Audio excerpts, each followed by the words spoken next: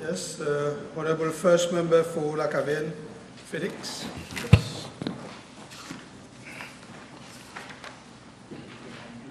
492, Mr. Speaker.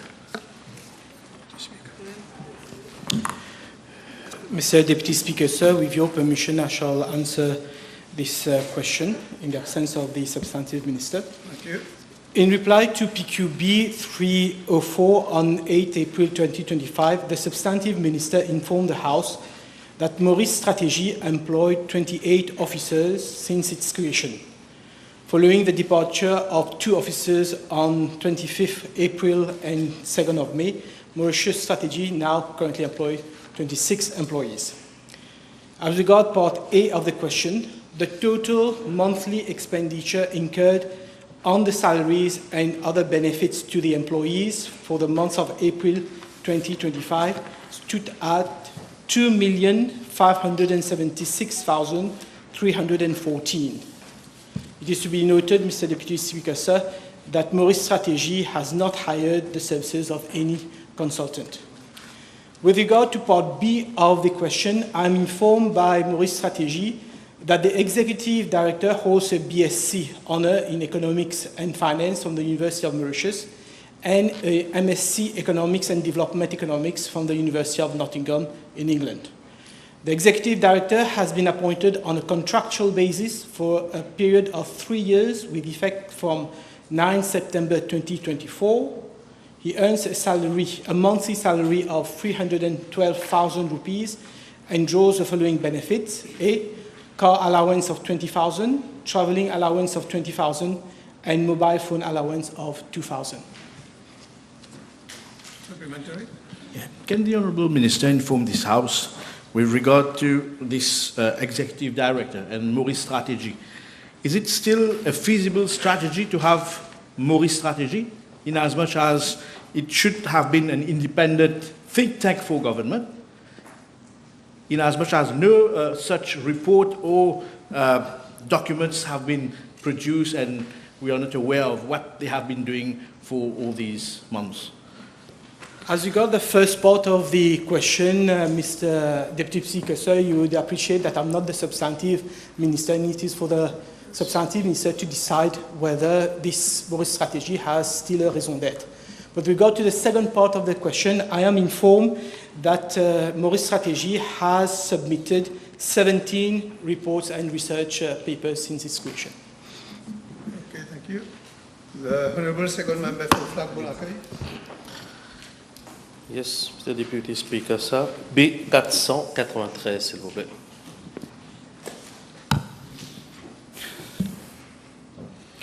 Mr. Deputy Speaker, sir, I wish to present a clear explanation of the recent recruitment activities within the local authorities, highlighting the serious mismanagement and malpractice performed by the former chairperson of the Local Government Service Commission, that is the LGSC, and the previous regime. Deputy Speaker, sir, in response to Part 1 of the question, between 1st January and 3rd October 2024, a total of 1,765 appointments were effected within local authorities. Out of these 1,765 appointments, it is shocking and surprising to note that 599 posts, mainly of refuse collectors, handy workers, and general workers, which were created without budgetary provision, resulting in an expenditure of approximately 10 million rupees monthly. Furthermore, it is scandalous that out of the 1,765 appointments effected last year, 998 appointments were made during the period between 3rd of September and 3rd of October 2024, barely a month before the general election. This figure represents 56.5% of the total appointments, and this is viewed as a serious concern. Mr. Deputy Speaker, sir, it is also important to highlight that out of the 1,765 appointments made, 1,731 were authorized solely by the former chairperson of the LGSC, thus entirely bypassing the statutory requirement for collective decision-making by the full Commission. This unilateral action is a flagrant breach of the Local Government Service Commission Regulation 1984 and represents a gross abuse of authority. On 10 December 2024, the LGSC sought legal advice from the Attorney General's Office to determine whether the appointments made by the former chairperson were legally in order. The Attorney General's Office replied that all appointments and/or promotions effected unilaterally by the chairperson are legally tainted with nullity. Disturbingly, no legal advice was sought until December 2024, despite these irregular practices having started as far back as January 2022. Mr. Deputy Speaker, sir, despite this, the Local Government Service Commission could not act earlier due to the absence of a fully constituted board. It is to be noted that the Commission was reconstituted only on 28 March 2025. I am apprised that out of the 1,765 appointments, the Attorney General's Office recommended that the employment of 1,368 candidates who are employed on a day-to-day basis and 95 candidates who are employed on a month-to-month basis should be terminated. However, the decision to act upon this advice regarding these unlawful appointments rests solely with the Local Government Service Commissions, that is the LGSC, which is an independent and autonomous body. Additionally, the malpractices of the former chairperson have been formally reported to the Financial Crime Commission, that is the FCC, and the FCC is now assessing the broader implication and institutional breaches of this mass recruitment exercise. We are awaiting the report of the FCC, which will guide further administrative and legal actions. Mr. Deputy Speaker, sir, to be honest, it is ordinary citizens who are paying the price for the irresponsibility of the previous regime.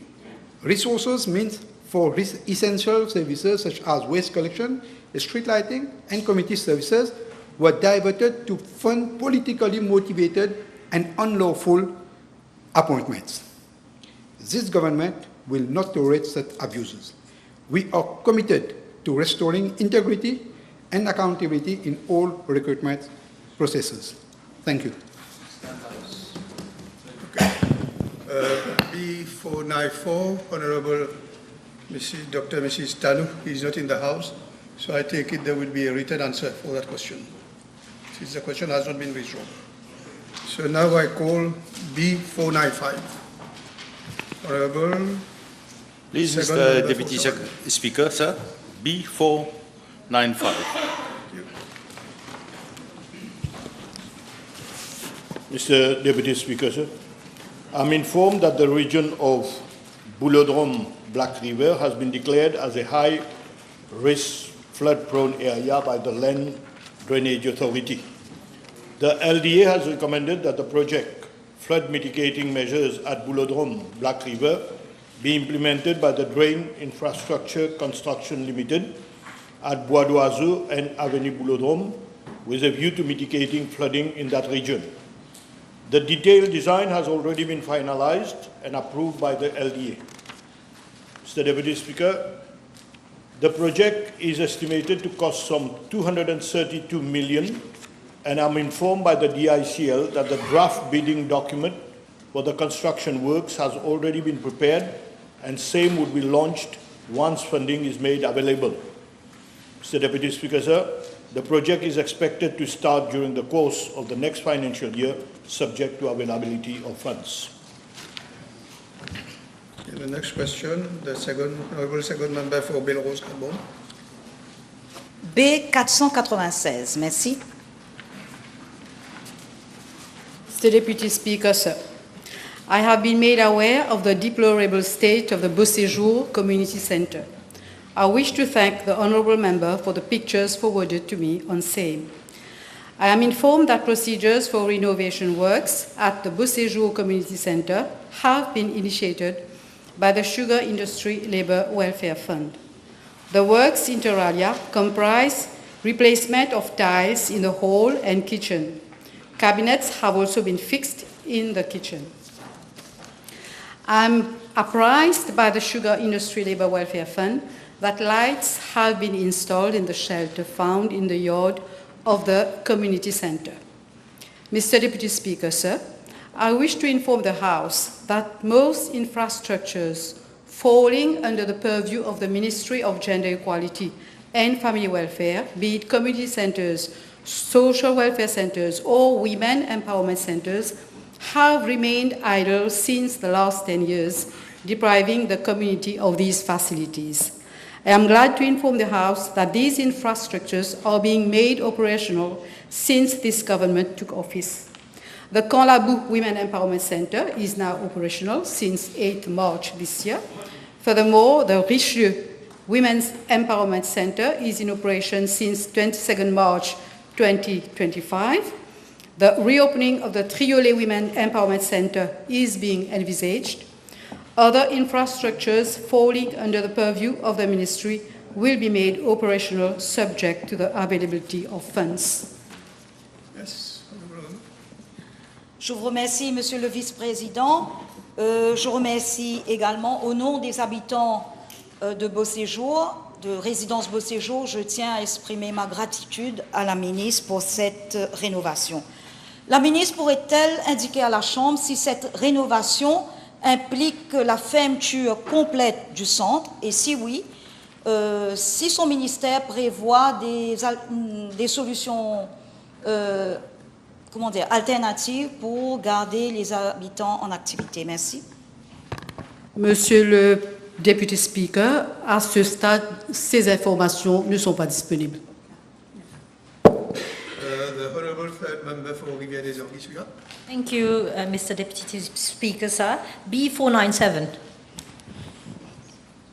Mr. Deputy Speaker, sir, chronic kidney disease is a significant health burden affecting around 200,000 Mauritian patients. Presently, there are around 1,550 patients on dialysis, comprising around 1,500 patients in Mauritius and 50 patients in Rodrigue. Among these dialysis patients, those who are clinically eligible and who have donors are given access to renal transplantation, which not only result in better quality of life, but also ensures cost savings over the long run. Mr. Deputy Speaker, sir, I wish to inform the House that after an 8-month gap with a number of issues pertaining to functioning of equipment and availability of consumables, my ministry has restarted the renal transplant program and 2 patients were operated in April 2025 by a team of surgeons from Mauritius Hospital, Chennai.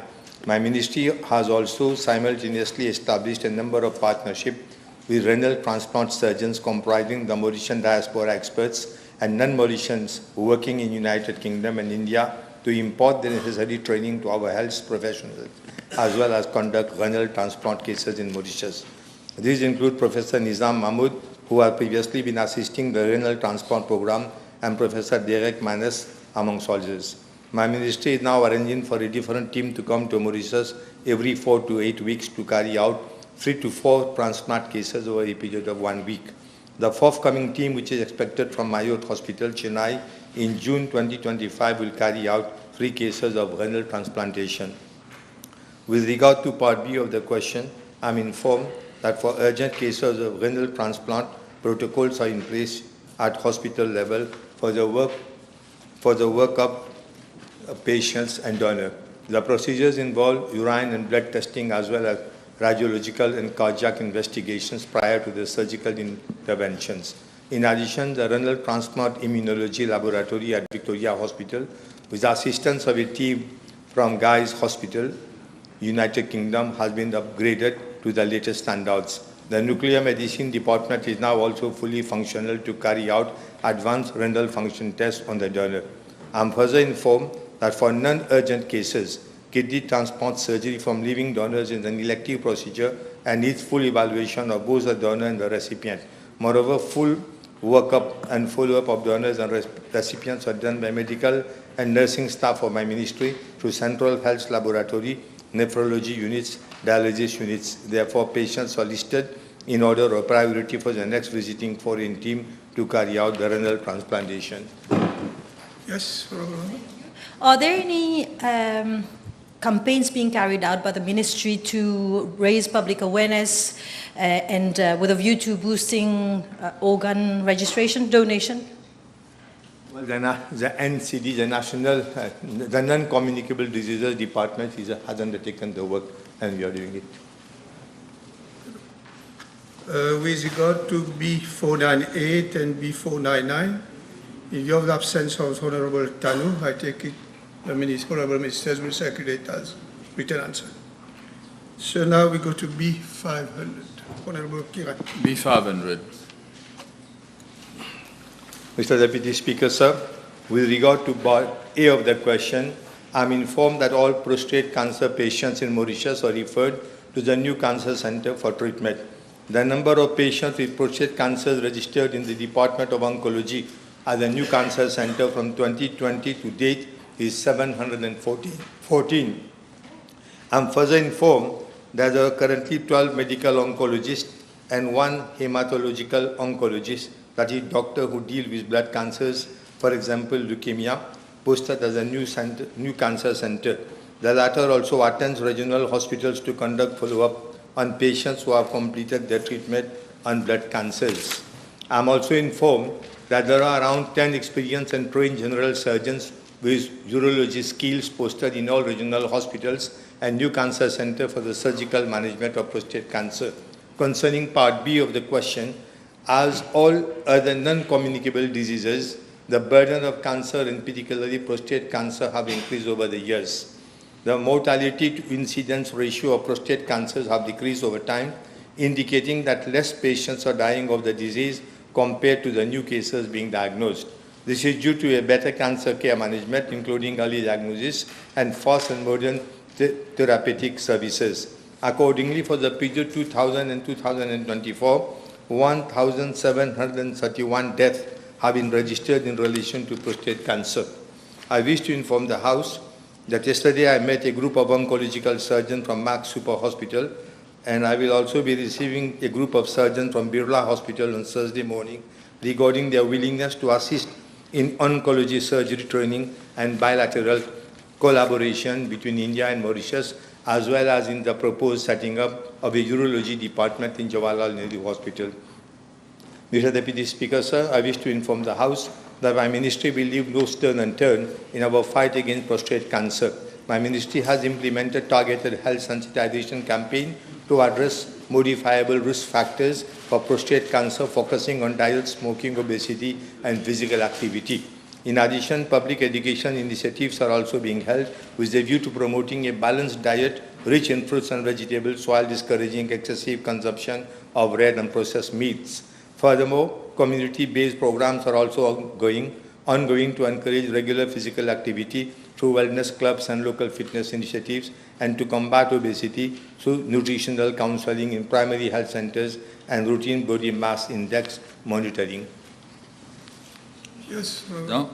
Peut-on savoir quels sont les traitements actuellement qui sont recommandés par rapport, concernant les patients qui sont atteints d'un cancer de la prostate dans les hôpitaux et aussi dans les hôpitaux régionaux et aussi au New Cancer Center? I've just mentioned, normally whenever we get such cases, we recommend patients to the New Cancer Center. And I can assure the honorable member that we are trying to bring in additional equipments in order to serve those patients. And the regional hospitals are also looking after prostate cancer, but cancer which has arrived at an advanced stage, these are looked into at the National Cancer Center.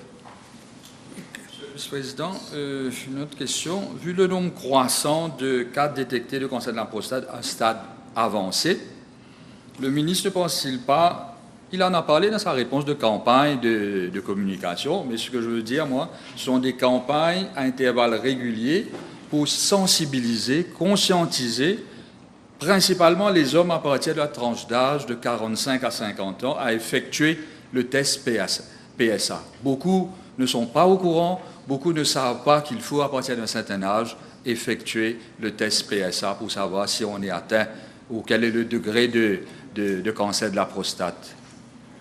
That is the reason why we have given a new turning to the NCD, the Non-Communicable Disease Unit, which has undertaken that work. I know it's not an easy job, but we have started it already and can assure the honourable member that we are going to expand our activity to sensitize the entire population on the danger of having such a disease.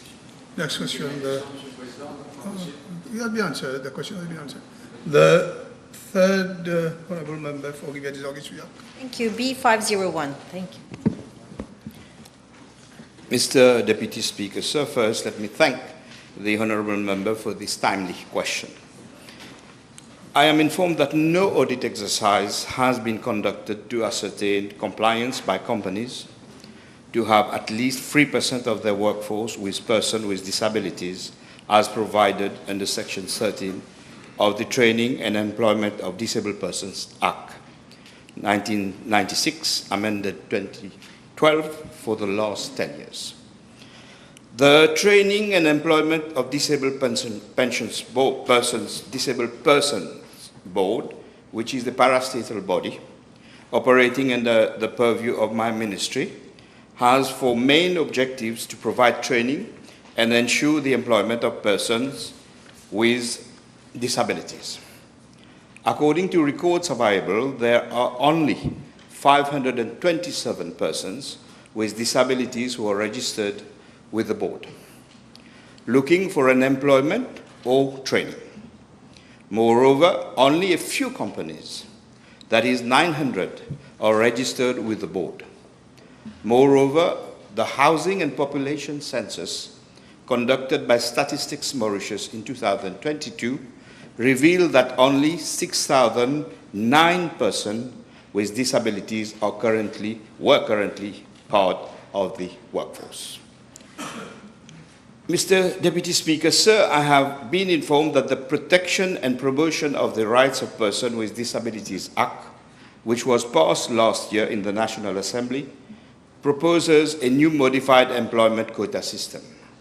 However, I would like to inform the House that I have received numerous representations concerning certain provisions of the Act, including provision on employment. In this context, of the advice of the Attorney General Office, my ministry has chosen to proceed with some amendments of the legislation, including on the employment of persons with disabilities before promulgation of the law. Mr. Deputy Speaker, sir, in parallel, my ministry is also seeking to undertake a comprehensive disability pensions and benefits reforms to align with the international standard in order to shift from a purely medical model to a more social model approach to disability.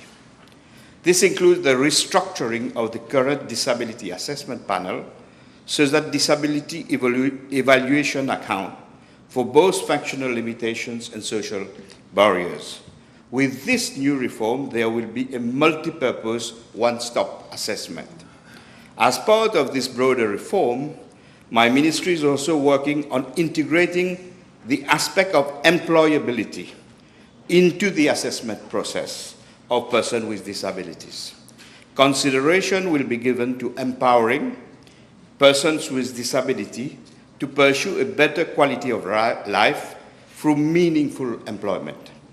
Furthermore, my ministry is also envisaging to carry out matching exercise to ensure that skills and potential of the person with disabilities are aligned with suitable opportunities in the labour market and to partly subsidize their employment. As a result, employers will be expected to actively recruit and include persons with disabilities in the workforce, and failure to do so may entail heavy penalties. This qualitative change measure also takes into consideration the relative scarcity of labor in Mauritius. Mr. Deputy Speaker, sir, I would like to underline that the above-mentioned reforms are being envisaged in the budget proposal to 2025-2026. Thank you. Yes. Is the Honourable Minister considering an audit exercise to ascertain compliance or non-compliance by companies? Because of the reform, we will proceed with the reform and then seek and evaluate compliance to the new legal framework. Yes, the first member for Montagne Blanche and Grande Rivière. Thank you, Mr. Deputy Speaker. Sir, B502.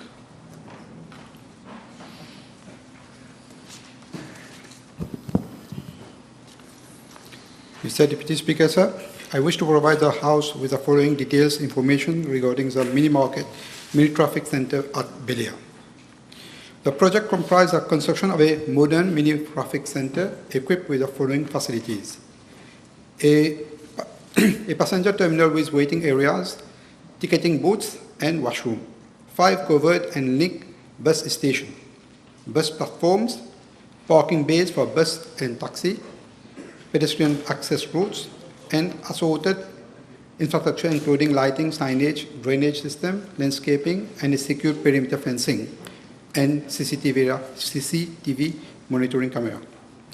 The project was awarded to Keep Clean Limited for a total contract value of 68 million rupees, including of VAT, after an open national bidding exercise concluded in November 2024. Mr. Deputy Speaker, sir, concerning Part B of the question, the site was handed over to the contractor on 9 April 2025, and the construction works started on 24 April 2025. The contractual duration is 360 days, with the expected completion date being 19 April 2026. A 365-day defect liability period will follow project completion. The works are being supervised by a technical team from the Ministry of National Infrastructure. Mr. Deputy Speaker, sir, concerning Part C of the question, the mini-traffic center is designed to support the following bus routes through its 5 designated bus stations.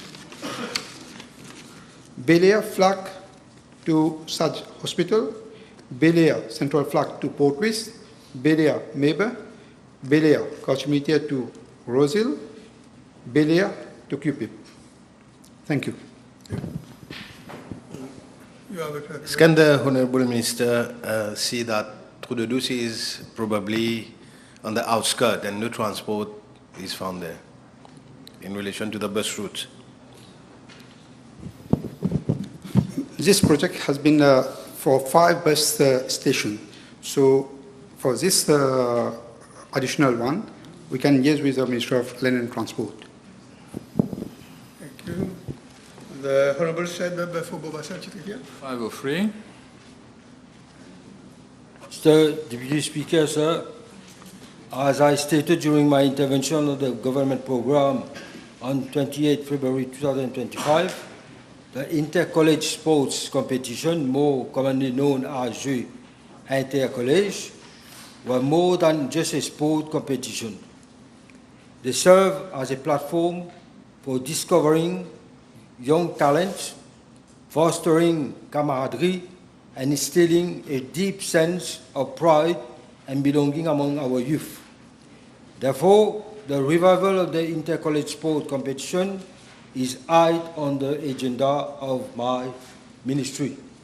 Mr. Deputy Speaker, with regard to Part A of the question, I wish to inform the House that the preliminary of the Jeux inter-college for the 7 regions, namely Port Louis, Bobassa-Rosehill, Belle Rose, Quatre-Bonnes, Vacoas-Phoenix, Black River, Cupid, Grand Pont Savane, Moka Flac, and Pamplemousse, Rivière du Rapport, have successfully started on the 6th May 2025 and will run until 17 June 2025. The finals are scheduled from 14 to 18 July 2025. I am informed that some 160 secondary schools, including state, private, and fee-paying schools, have registered for the Jeux Intercollèges. Some 8,500 students are involved in both individual and team competition. Officials of National Sport Federation and coaches of my ministry are providing technical assistance for the smooth running of the Jeux Intercollèges.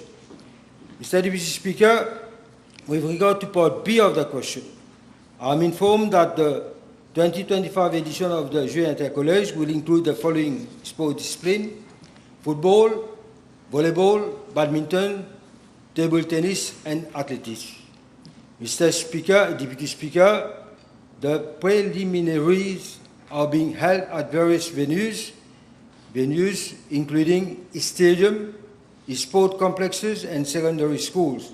Subsequently, the final for the football and athletics will be held at the Côte d'Or National Sport Complex, while the finals for badminton, tennis, table tennis, and volleyball will be held at the National Badminton Center, the National Table Tennis Center, and the Pandit Sahadeo Gymnasium, respectively. Mr. Deputy Speaker, as regards part C of the question, for this year's edition, participation is open to both boys and girls in different age groups, ranging from 14 to 20, and this age group will be reviewed to include, if needed, younger categories in more sport disciplines as from next year. Each participant is allowed to participate in 2 sport disciplines of the competition, including 1 individual and 1 team, in the order of encourage more students to participate. For athletics, the first 3 athletes per event, per category, and per region will qualify for the finals, as opposed to only 2 in the previous edition, thereby increasing opportunities for more students to represent their college in the final. Athletes from Rodrigue will also be invited to participate in the athletics final, following their own preliminaries. For badminton and table tennis, the first 2 participants per category, per region, are qualified for the finals.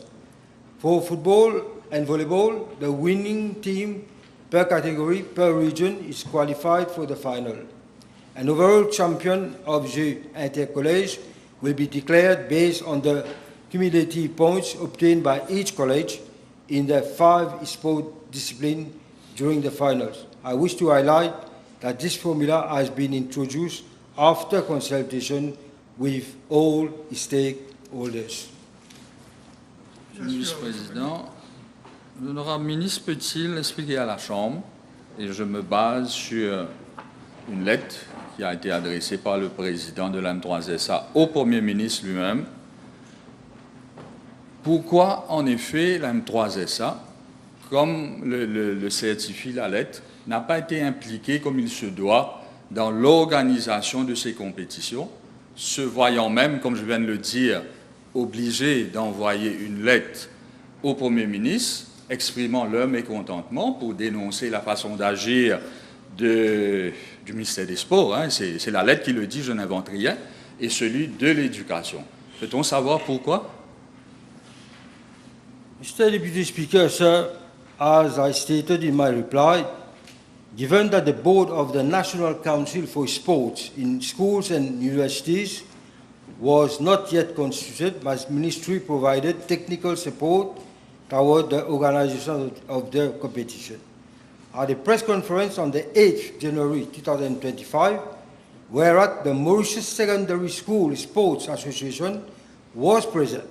Furthermore, I'm informed that representatives of the Mauritius Secondary School Sports Association were present during meeting held on 15 January and 27 January 2025 at the seat of my ministry. Mr. Deputy Speaker, at the request of the Mauritius Secondary School Sports Association, I have met with their representative, including the President, on the 5th May 2025. We have agreed that the Mauritius Secondary School Sport Association will collaborate with the National Council for Sport in school and universities.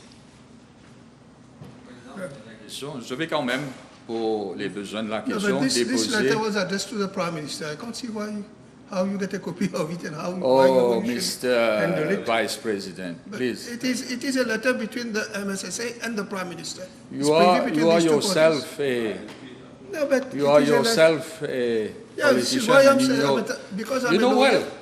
this letter is So, addressed personally to the I Prime find Minister. this very It's a improper personal from your- letter to the Prime Minister. Yeah. Anyway, That's the letter. anyway, l'autre question que... You have another question, yes. Voilà. Donc, j'ai bien compris la réponse de l'honorable ministre. Il a parlé de certaines catégories, mais il y a une catégorie que les PE teachers considèrent qui aurait dû être aussi faire partie de ces jeux. C'est la catégorie U14, c'est-à-dire les enfants, les jeunes de 12 et 13 ans. Et peut-on savoir pourquoi cette catégorie n'a pas été inclue dans ces jeux? I mentioned in my reply, Deputy Speaker, that next year we are going to see how we are going to include those who are not included now. We have all consulted with the stakeholders, and the answer is very clear. Okay, the next question. The Honourable Third Member for Rivière-des-Anguiens. Yes, thank you. B504. Mr. Deputy Speaker, sir, we are all fully aware of the potential danger and threat targeting our children with regard to online exploitation, harm, and abuse. Protection of children is my primary concern, and hence I have given instructions that this matter be dealt with at most seriousness at the level of my ministry. I wish to inform the House that there had been quite a number of cases which have been referred to my ministry and to me personally. Subsequently, relevant files have been compiled for follow-up, among which a full-fledged document on a case of sharing of indecent photos and videos of women and girls on an application called Telegram. These cases have been referred for in-depth investigations to the police, with whom my ministry works in close collaboration to tackle cases of abuse against children of the Republic. I wish to point out that on Thursday, 10th April 2025, my colleagues, the Minister of Information Technology, Communication and Innovation, Minister of Tertiary Education, Science and Research, Minister of Education and Human Resources, and myself launched a draft report for public consultations. The report focuses on enhancing children's online safety in the social media era, with a view to improving the protection of children and young people in the digital space. Parents, educators, young people, NGOs, and civil society were invited to participate in the consultation process and share their input and recommendations. Mr. Deputy Speaker, as regard to Part A of the question, as Minister of Gender Equality and Family Welfare, I am well aware of the negative impact of the digital environment on families. In order to address this situation, my ministry is currently finalizing a national policy paper on the family in which there is a component on ICT use. I also wish to inform the House that, with a view to raising understanding on the underlying threats and consequences of the misuse of social media, and to empower families on the negative impact of the digital environment, my ministry, in collaboration with the Cybercrime Unit, the Central Criminal Investigation Department, and the Trafficking in Person of the Mauritius Police Force, will be conducting a 2-day workshop on the 5th and 6th of June 2025, where the main focus will be on teenagers, cybercrime, and family well-being. It is also envisaged to carry out ongoing campaigns on adolescence and cybercrime at community level. Mr. Deputy Speaker, with regard to Part B of the question, my ministry has in place a hotline, 113, which is operational to provide 24-hour free services for the report of any form of violence against children. Alternatively, I am also informed that there is a dedicated online reporting system in place for the report of online abuses called MOCOS Plus, Mauritius Cybercrime Online Reporting System, which is under the purview of the Ministry of IT, Communication and Innovation. The system is managed by the CERDMU, Computer Emergency Response Team. It is a centralized system which connects the CERDMU, the Cybercrime Unit of the Mauritius Police Force, the Data Protection Office, and the Information and Communication Technologies Authority, ICTA. I believe that online threats and dangers facing children are not only a national issue, but also an international one. This requires a multi-pronged approach and the possibility of amending and strengthening relevant legislation is being explored. In this respect, I will invite, Mr. Deputy Speaker, sir, I will invite honourable members to submit any suggestion that will further reinforce the protection of our children online. Thank you. The next question, the Honourable Third Member for Granby Pouloulo. 505, please. Thank you. Mr. Deputy Speaker, sir, I am informed by the Information and Communication Technologies Authority that since January 2023, 10 complaints have been received with respect to base stations of mobile operators, including 5 pertaining specifically to health issues. In order to provide a good quality of service, base stations, which constitute the infrastructure that actually enables mobile phones to connect wirelessly to the networks, need to be placed where people live, that is, in the vicinity of houses. So antennas of base stations are therefore found in those areas where people live and at times located on the roofs of houses. However, radio base stations produce some exposure to radio frequency electromagnetic field, EMF. However, but according to the World Health Organization, there is no current evidence, no empirical evidence to confirm the existence of any health issues from exposure to low-level EMF. Mr. Deputy Speaker, sir, the ICTA usually performs EMF surveys and measurements when a complaint is received with respect to health hazards resulting from radio frequency emissions of base stations. The measurement is carried out at the premises of the complainant to determine whether the level of EMF exposure is within the permissible limits. Here, the ICTA applies International Commission on Non-Ionizing Radiation Protection framework that limits the extent of exposure. The ICTA, in its evaluation process, applied these guidelines and the ITU recommendations as well. Furthermore, since 2012, the ICTA has also adopted an on-site measurement protocol to evaluate installations that are in place. And out of the 5 complaints that pertain to the health issues, it's good that I point out for the House that 2 comply to the EMF standard, 1 complaint pertained to a location where the tower was not even erected, and 1 tower, though erected, was not yet operational. With regards to the 5th one, and this one is where the question actually emanates from, and I thank the Honourable Member for this question.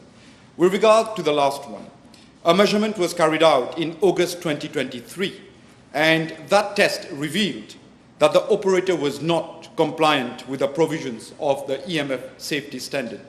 The ICTA therefore requested the operator to take remedial actions, which took place a few months later. Therefore, in October 2023, further to another EMF survey and the measurement that was done at the same site, the radio frequency was then found to be within the permissible limits. Mr. Deputy Speaker, sir, I also wish to inform the House that with a view of ensuring that operators comply with relevant international standards with regards to erection of base stations, as far back as 2011, the ICTA issued to the telecommunication operators guidelines, which was termed Deployment of Radio Communication Infrastructure, Technical and Administrative Standard for EMF Safety. And that was for the purpose of ensuring that people are not exposed to unnecessary waves. The result of these evaluations are compared with safety standards that are recognized by the World Health Organization. As at today, the said guidelines are still in force and 1,116 base stations have been verified. The ICTA is equipped with appropriate measuring equipment, and with a view to improving its evaluation capabilities, the ICTA will be investing in further equipment. Mr. Deputy Speaker, sir, I therefore take it that the survey mentioned by the Honourable Minister is already being carried out. Thank you. Honourable member. Yes, okay. By the Honourable Member, and thank you. Thank you, Minister, for this answer. Will the Minister consider, or whether the ICTA consider, to positively publish the surveys carried so far? Honourable Member, thank you for the supplementary question. The ICTA is managed by an independent board. However, I will take the suggestion to the board. Thank you. Yes, you have got a question. Deputy Speaker, sir, can the Honourable Minister inform the House whether tests could be carried out at planned regular intervals to ensure the safety and health of the inhabitants, especially as you have mentioned, they are exposed to EMF, electromagnetic field? Thank you. Thank you for this supplementary question, Honourable Member. As I mentioned, the ICTA is managed by an independent board. However, because it is an issue that pertains to public safety, I will take the message to the chairperson of the board. Thank you. Next question, the Honourable First Member for Vacoas-Phoenix. Thank you, Mr. Deputy Speaker. B506, please. Mr. Deputy Speaker, sir, I'm informed by the Road Development Authority that the footpath and drains along the road at Menil and Castel, which were constructed in the 1980s, are presently in a precarious state. To remedy the situation, the RDA is proceeding with the rehabilitation of the footpath along the affected stretches. As regards Part A of the question, I'm informed that the works have been entrusted to General Construction Limited under RDA's Framework Agreement for Road Maintenance and Minor Works 2023-2026. In regard to Part B of the question, I am informed that the scope of work comprises the following. First, demolition of old footpath and casting of new footpath and drainage slabs along approximately 250 meters at localized stretches on the left-hand side of the 810 road from Engen Petrol Station at Menil towards Castel Petrol Station. And second, demolition of old footpath and casting of new footpath and drainage slabs on the right-hand side of the 810 road from the junction Alley-Briand Road, B74, towards Azari Singh Road over a stretch of approximately 300 meters. Third, cleaning of drains. Fourth, repair to drain abutment walls. And fifth, provision of concrete curbs, gullies, and metal gratings. The works are being implemented under two separate works orders for the sum of 3.6 million and 4.3 million, inclusive of VAT, for the respective works along the left-hand side and right-hand side. Mr. Deputy Speaker, sir, regarding Part C of the question, I'm informed that for works on the left-hand side, the progress is about 25%, and the works will be completed by June 2025. As regards works on the right-hand side, same have been scheduled to start by end of May 2025, so as to minimize disruption to traffic and pedestrian, given the ongoing works along the other side of the road. The works are expected to be completed by July 2025. The next question, Honourable First Member for Vacoas-Phoenix. Yes, thank you, Mr. Deputy Speaker. B507, please.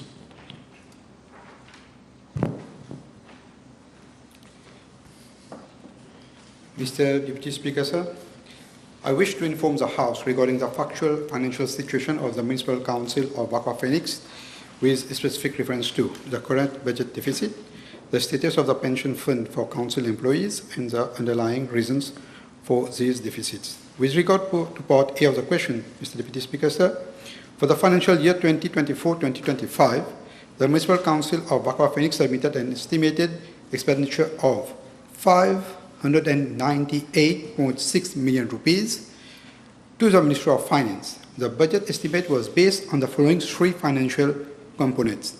Firstly, an expected internal revenue of 84.5 million rupees. Secondly, anticipated efficiency gain of 65 million rupees.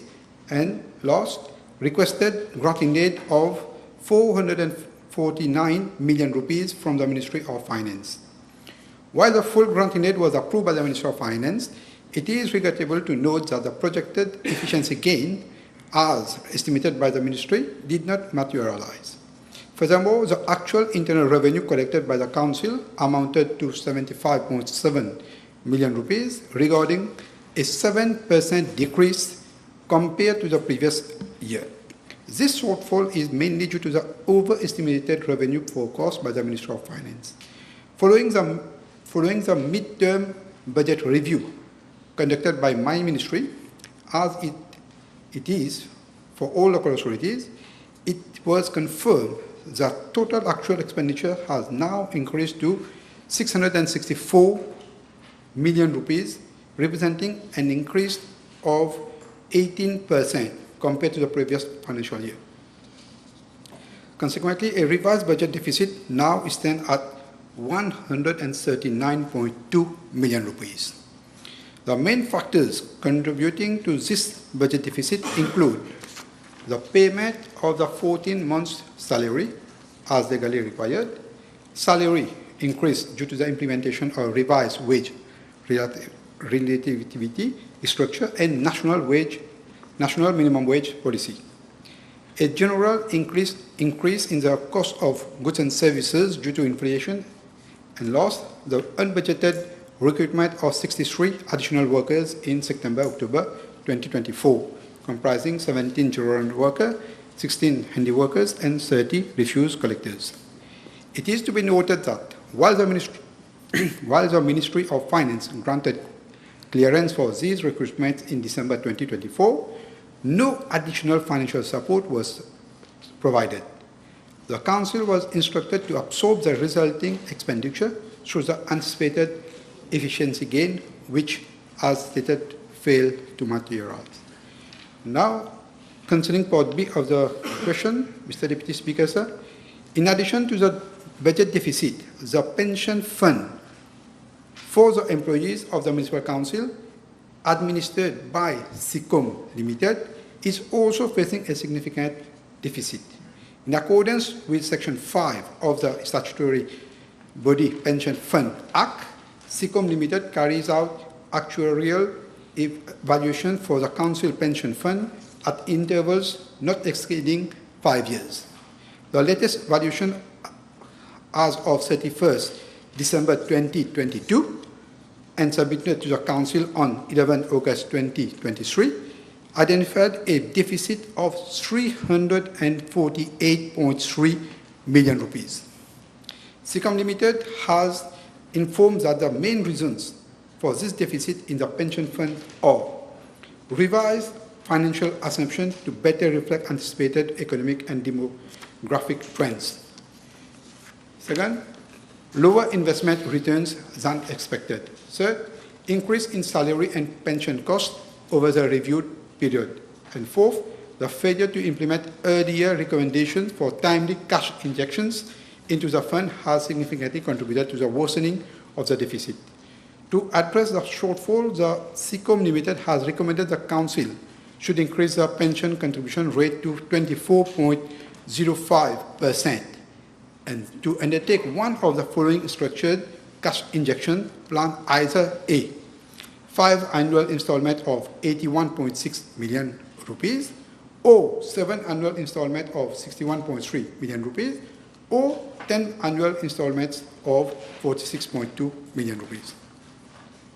In alignment with these recommendations, the Council has effectively increased its contribution rate to 24.05% as from November 2023.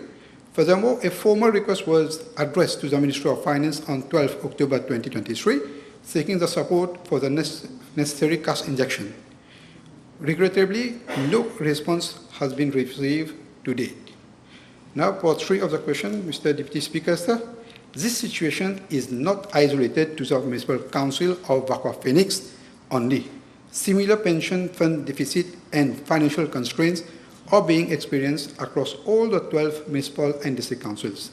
These structural financial challenges are the direct result of poor planning and mismanagement by the previous government, which diverted significant national resources amounting to several billions of rupees to the Mauritius Investment Corporation, that is the MIC, while failing to allocate sufficient funds to local authorities and the statutory obligations. As a result, local authorities have been placed in a financial vulnerable position and are increasingly unable to fulfill their core mandate of delivering essential public services to the citizens. Next question, again in the absence of Honorable Tanu, the question will be circulated as a written answer. So B, the Honorable Third Member for Mayor. B509, please. Mr. Deputy Speaker, I'm informed that presently no contract has been awarded for renovation works at the Latour Stadium. However, the staff of the Mauritius Sport Council is actually undertaking minor works such as the fabrication of 3 metal gates. The Council is also considering upgrading of the fencing at the stadium, and some other works is going to take place at the next financial year.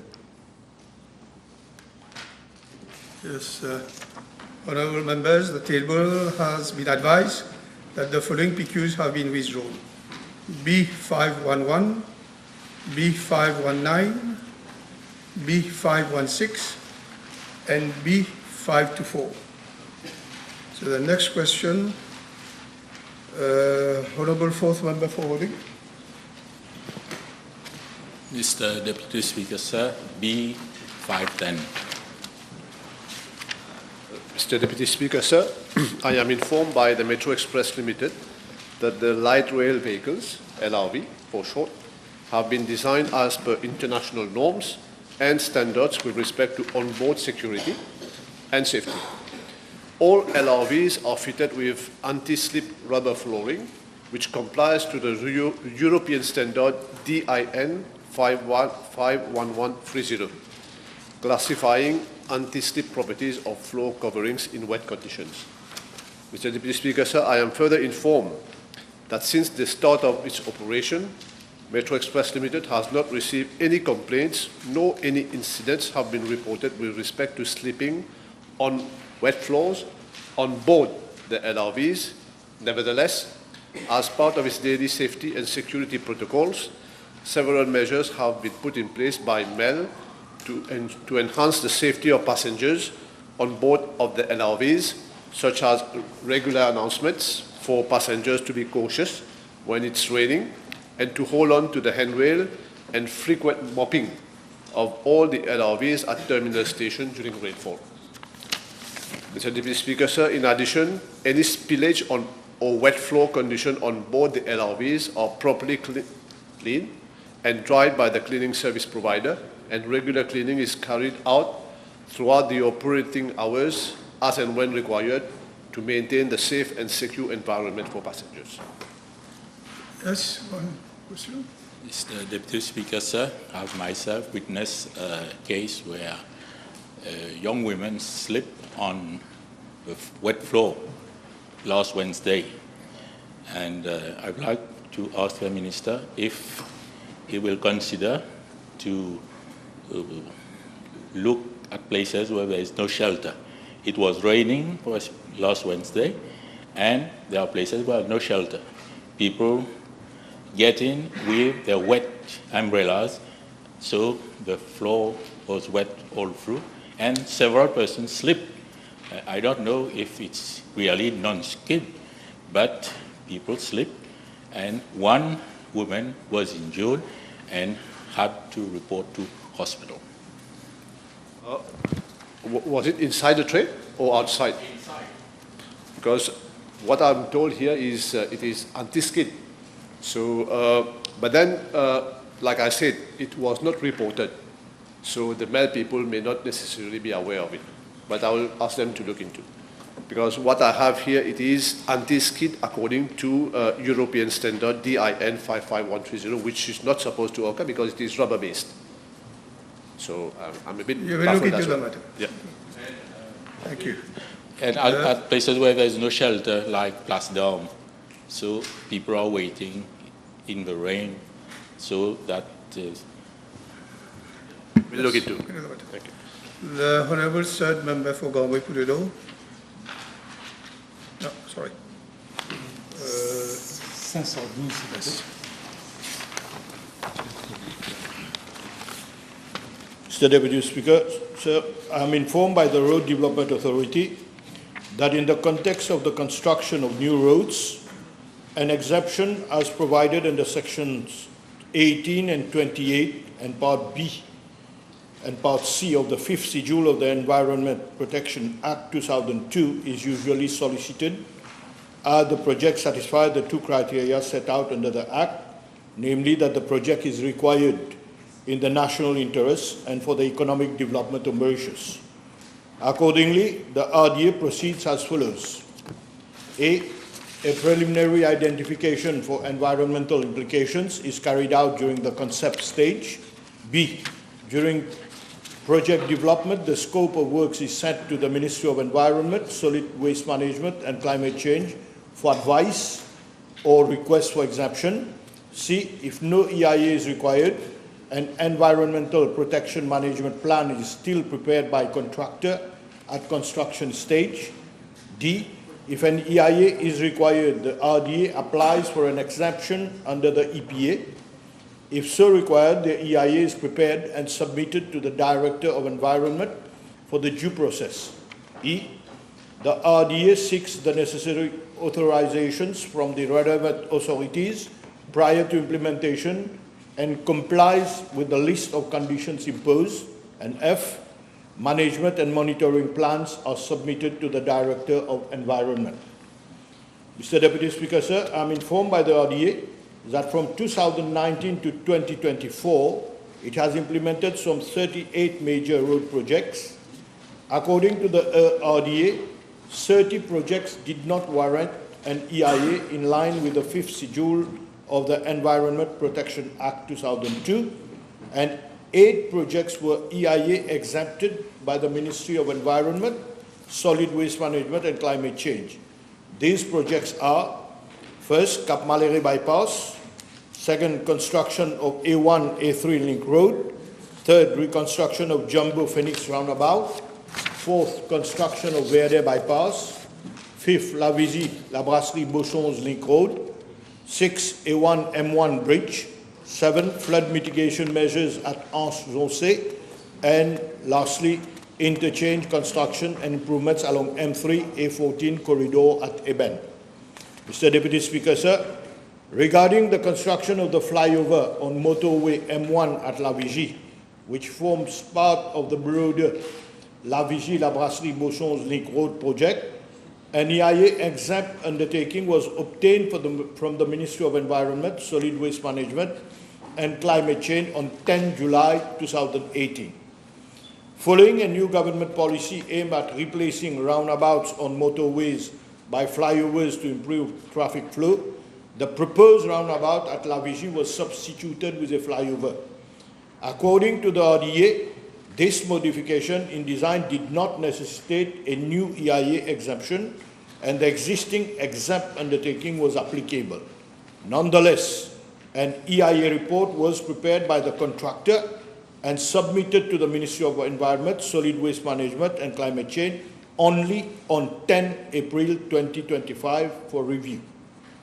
Mr. Deputy Speaker, sir, I'm informed by the Ministry of Environment, Solid Waste Management and Climate Change that in view of the fact that the construction of the flyover at La Vigie required clearing of part of a forest, and EIA was in fact required as stipulated under item 10, conversion of forest land to any other land use under the 6th schedule part B of the Environment Act 2024.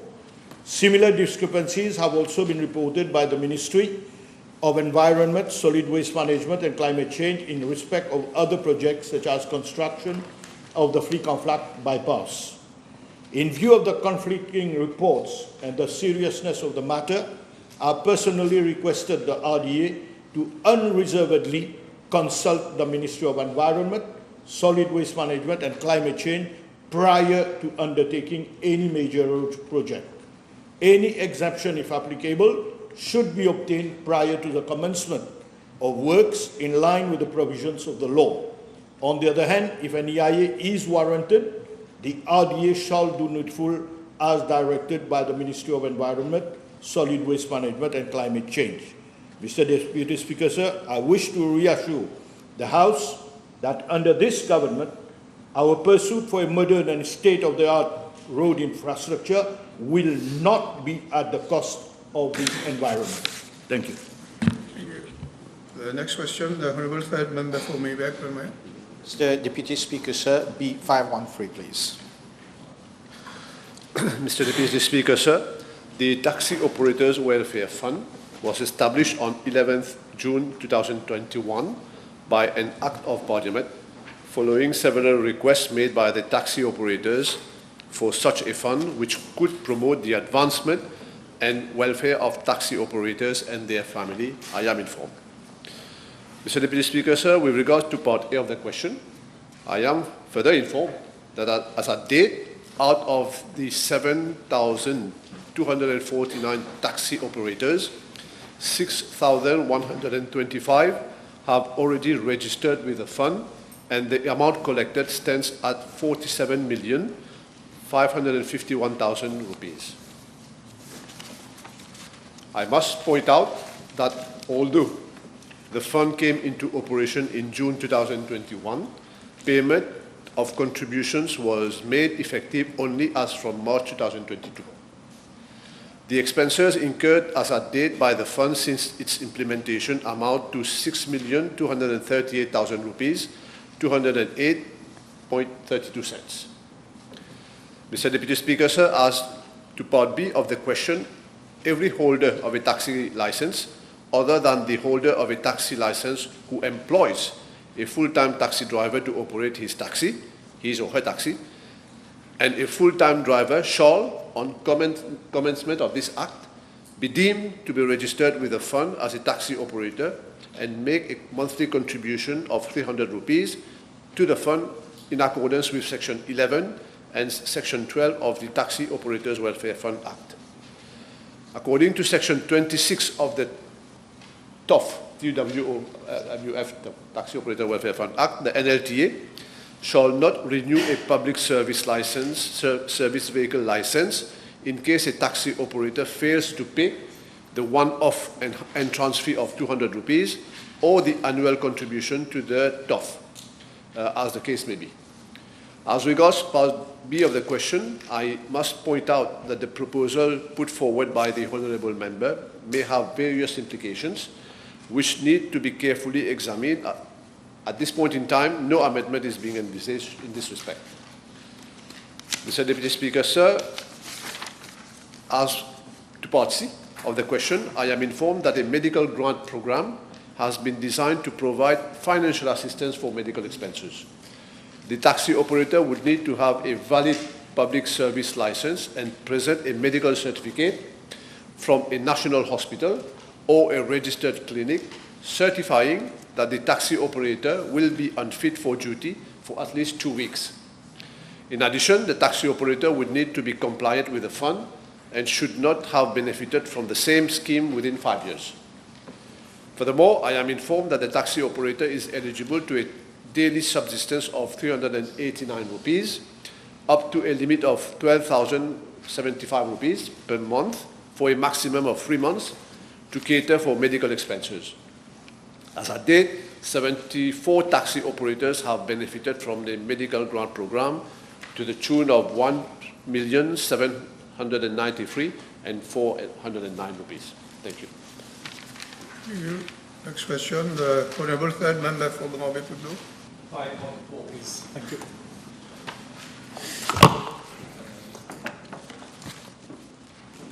Mr. Deputy Speaker, sir, I'm informed that there is no database or record being kept at the level of my ministry regarding workers who left or are leaving the country. Brain drain is usually driven by economic factors such as better job prospect, higher wages, and the desire for a better standard of living. However, Mr. Deputy Speaker, sir, the world is now a global village, and with the ease of movement of people, there is a fierce competition for talents. So instead of brain drain, there is rather an exchange of skills across countries through both inward and outward migration. While Mauritians move abroad for better prospect, we are likewise benefiting from the services of skilled, professional, and unskilled foreign workers who are contributing to the development of the country. It should be acknowledged that the movement of workers can be beneficial through remittance of foreign currency and enhanced skills and global experience when the worker returns to the home country. However, Mr. Deputy Speaker, sir, we have a duty to ensure that our citizens do find suitable, productive employment locally and do not feel compelled or pressurized to leave the country to fend for their families. In this perspective, it is important to have a concerted effort by all stakeholders, including the Ministry of Education and Human Resources, the Ministry of Tertiary Education, and my ministry.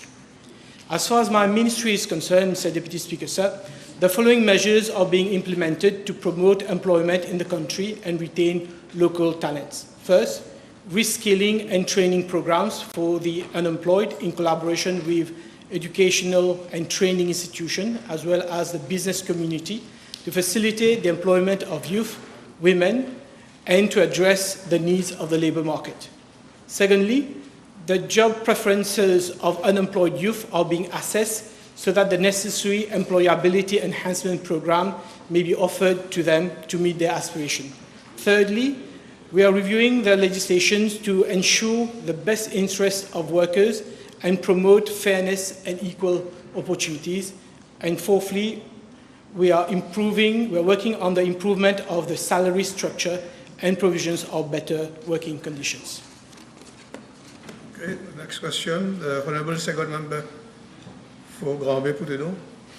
Thank you, Deputy Speaker, sir. B515. Mr. Deputy Speaker, sir, I thank the Honourable Member for the question.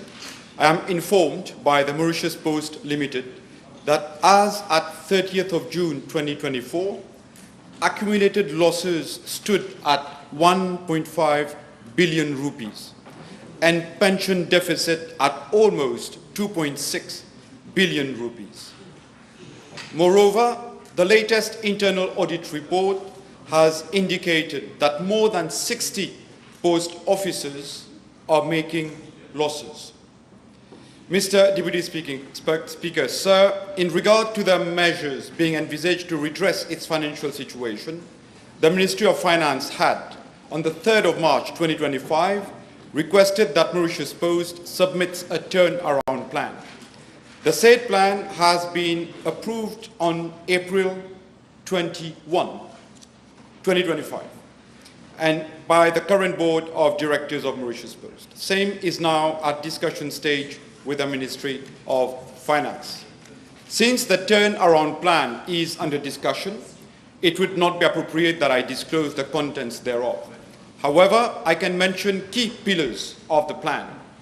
It targets review of the business model, inter alia leveraging digital technology, generating new revenue streams for growth, a HR restructuring plan with fairness in posting at heart, and cost efficiency in operations.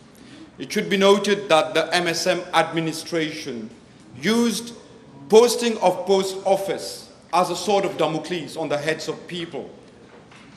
Otherwise, there would be punitive transfer, and same was executed in many cases. Mr. Deputy Speaker, sir, I will now, with your permission, quickly give details of the factors that have contributed to the downfall of Mauritius Post Limited.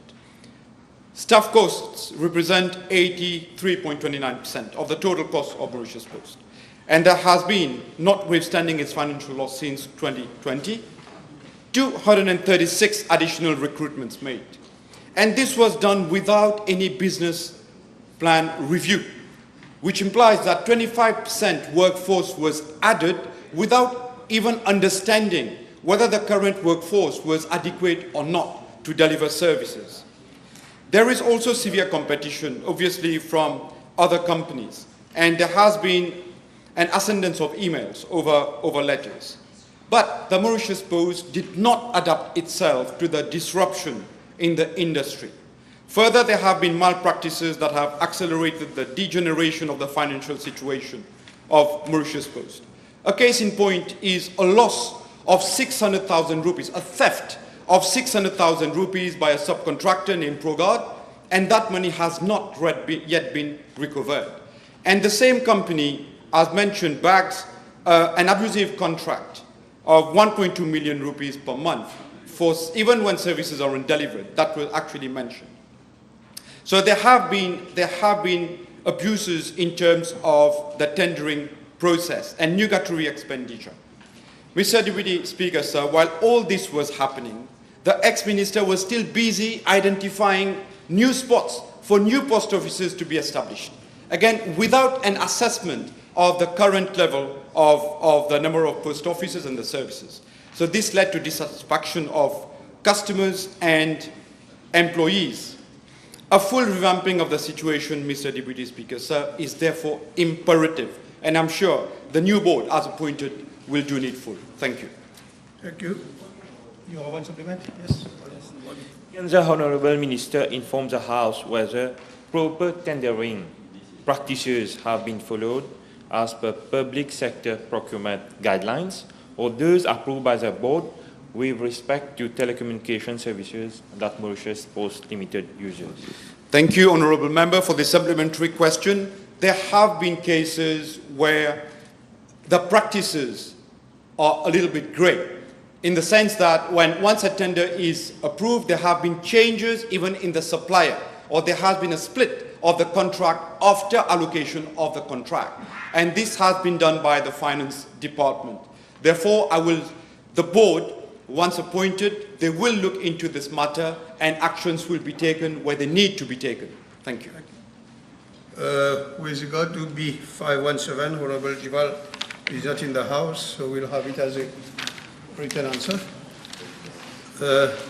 Next question, the Honorable Second Member for Belle. Merci, Monsieur le Vice-président. B518.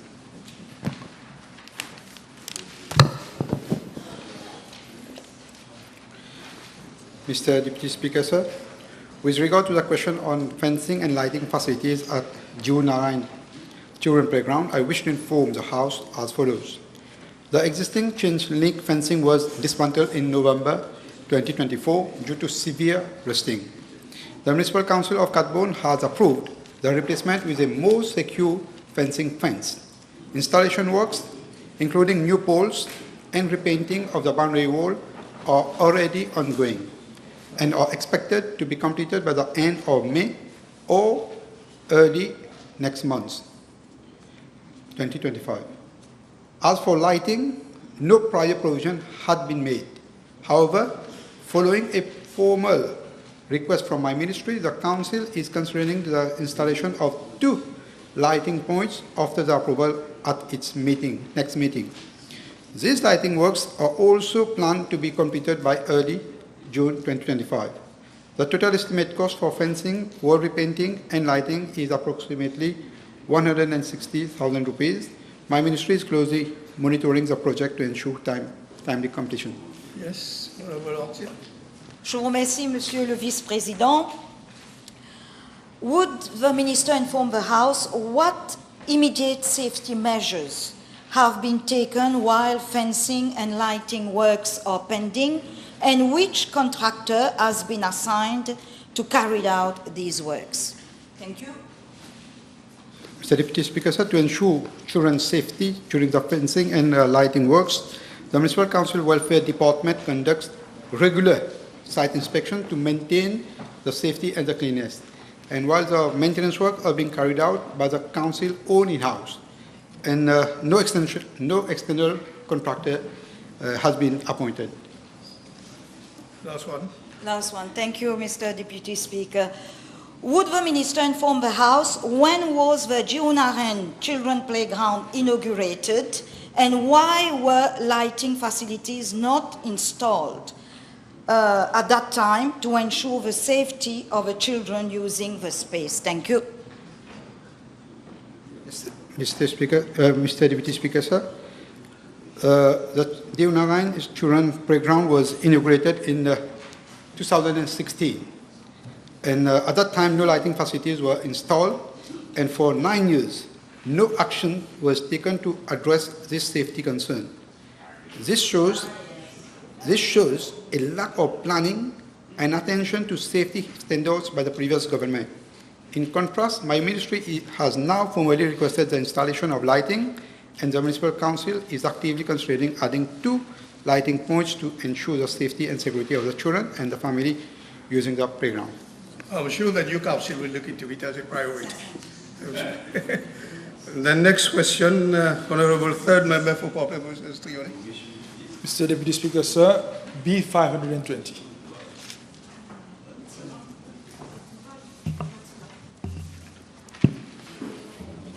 Mr.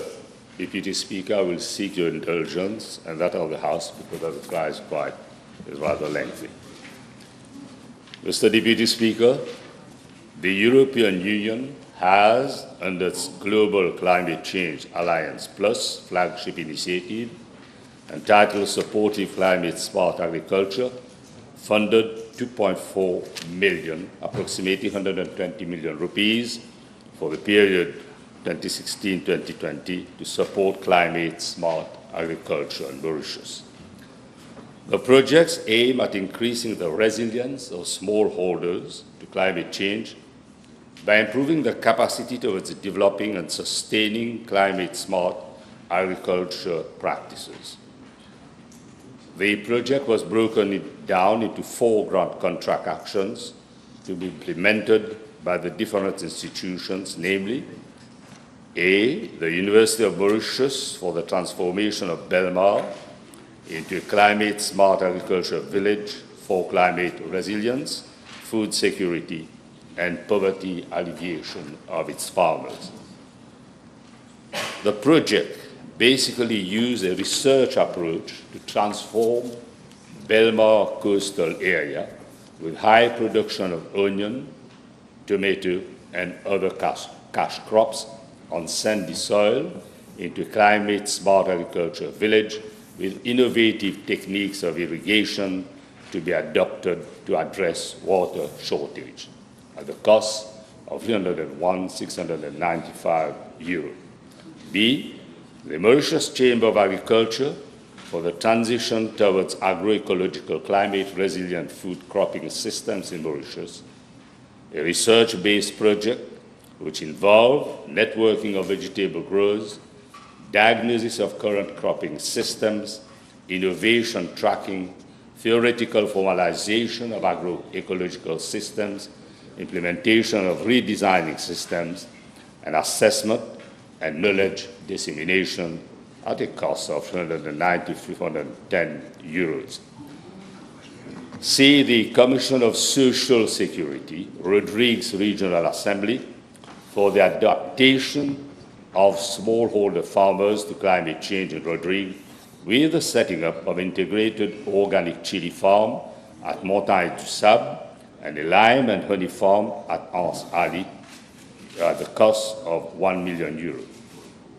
The goals of this project in Rodrigues were inter alia to train 443 beneficiaries on sustainable agricultural and management practices under climate smart agriculture guidelines, rehabilitate 10 hectares of land at Montagne du Sable and 3.25 hectares at Anse Alley through terracing, ploughing, and fencing. The project also involved the establishment of plant nurseries, pastures, agroforestry, and compost pads at the site, setting up rainwater harvesting structures, storage tanks and drip irrigation system, and purchased beehives, small ruminants, lime and chili plantlets for the beneficiaries. D, the irrigation project for improving resilience of smallholders to the effect of climate change through the adoption of new irrigation techniques in the driest part of the northern region of Mauritius at the cost of €565,870 euro. The project consists mainly of procurement of 4 double-cab vehicles for effective implementation of field activities, appointment of a consultant, expert in climate change, expertise in agriculture to implement the actions defined under the project. I was told that the services of the consultant were not enlisted as it was not needed. 3, implementation of resilience irrigation infrastructure on existing free drip irrigation project and sheltered farming, rain harvesting as a pilot project. 4, capacity building of the irrigation authority technician and smallholders covering climate change and its impact on agriculture, understanding what the patterns and the impact on farming, climate change adaptation strategies, and climate-smart agriculture practices, and advantages or disadvantages of swapping to sheltered farming. Mr. Deputy Speaker, with regard to Part B of the question, the University of Mauritius has achieved the following. Over 300 planters have been sensitized about climate change and climate-smart agriculture practices through face-to-face training session, in-situ demonstration, and provisions of a simple, easy-to-understand booklet in Creole and English and video on the CSA practices, climate-smart agriculture. The project also developed a document entitled Creating an Enabling Environment for Climate-Smart Agriculture in Mauritius, which included a training booklet and a video on climate-smart agriculture for small vegetable growers. Now, if the above is implemented at national level, the enabling environment that would thus be created would contribute considerably in encouraging a large number of vegetable planters in the Republic of Mauritius to adopt climate-smart agriculture. Official figures on sales of pesticides and fertilizers to planters obtained from the Mauritius Agriculture and Marketing Cooperative Federation from the start of the project till its completion showed a steady reduction in the amount of fertilizers, ranging from decrease of 55 to 100% for different fertilizers and synthetic pesticides, ranging from 46 to 62% for the different products, and an increase by 247% in the amount of biofertilizer and bioproducts demanded by the planters from Bel Air and neighboring areas as a direct result of the project. Of course, due to constant monitoring by the European Union also.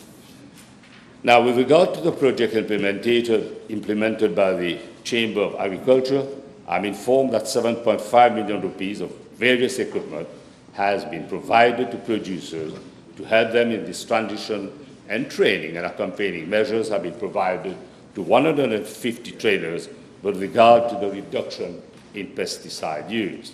Successful networking of planters were created for various strategies to be adopted, such as mulching, beneficial plants, composting, sanitation, push-pull techniques, and equipment like shredders, insect nets, and weeders were tested on the monitored farm.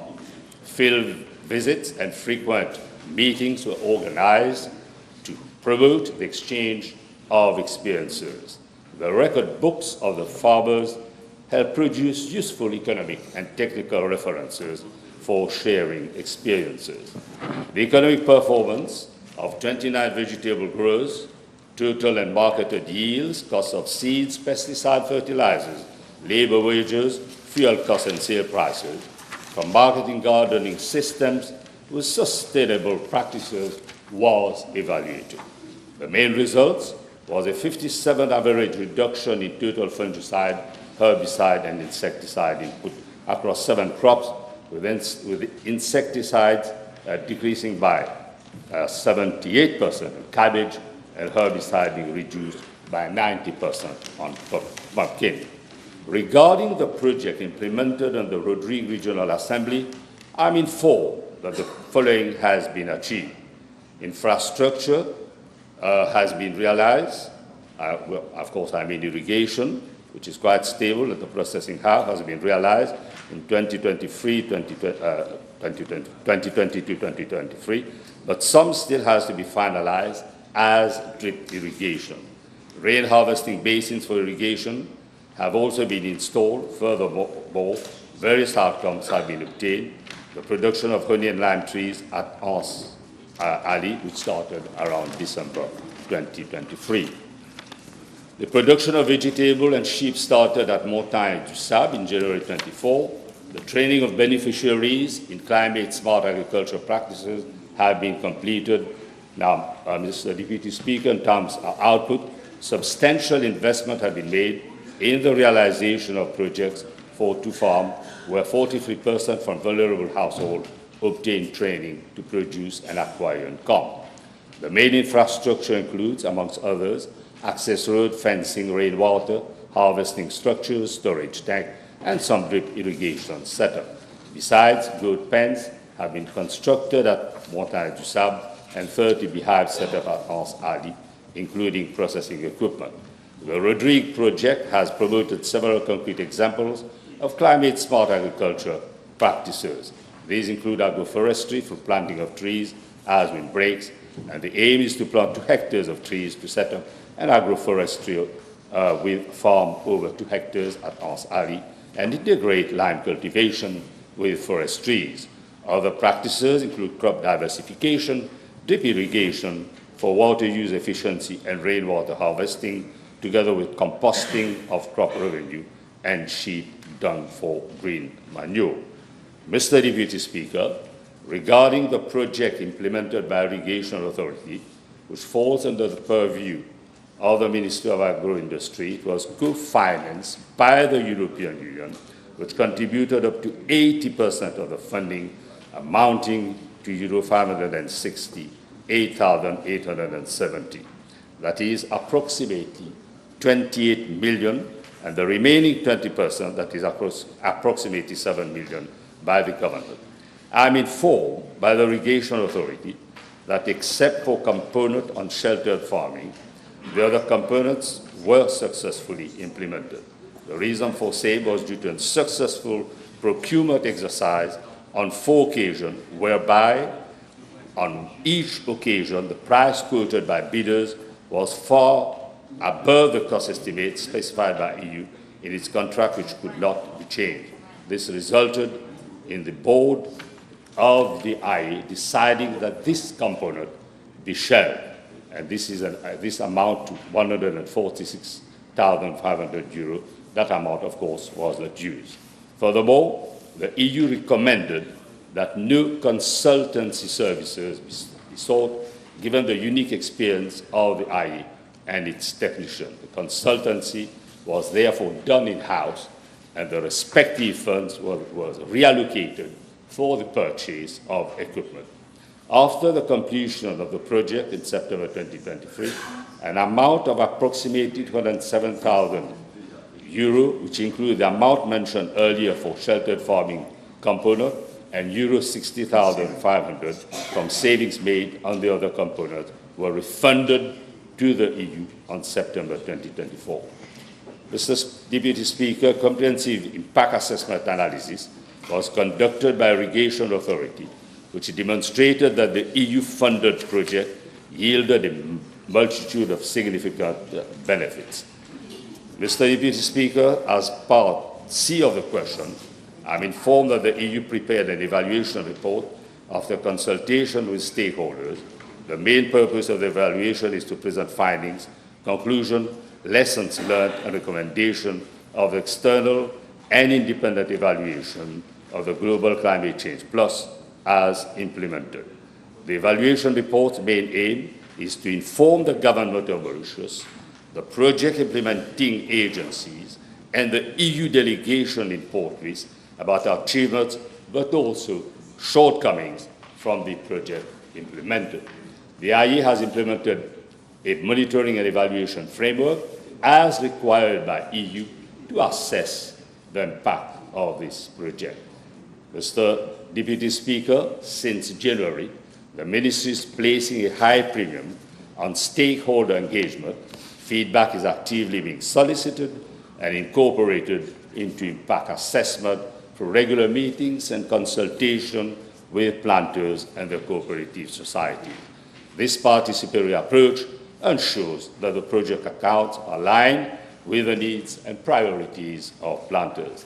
Furthermore, the Ministry is having consultation in the light of the next budget, and measures are being identified to tackle concerns of small planters to address the issue affecting the crop, sugar, livestock production in Mauritius. Thank you.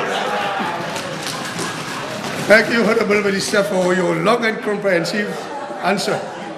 Let me remind you that you have another statement to make in a few minutes. Yes, time is over. The table has been advised that B 527, 526, and 460 has been withdrawn. Honourable Prime Minister. Motion. Yes, Mr. Deputy Speaker, I beg to move that all the business on today's order paper be exempted from the provisions of paragraph 2, standing order 10. Seconded. Question is that all the business on today's order paper be exempted from the provisions of paragraph 2 of standing order 10. Those in favor say aye. Those against say no. The ayes have it. Statements by ministers. Honourable Belle. Thank you very much, Mr. Deputy Speaker. With your permission, I wish to make a statement with regards to the Bel Sugar State. Bel Sugar State was set up in 1973 for an act of Parliament following the acquisition of the state from Garthwaite and Oz for the sum of 18 million rupees.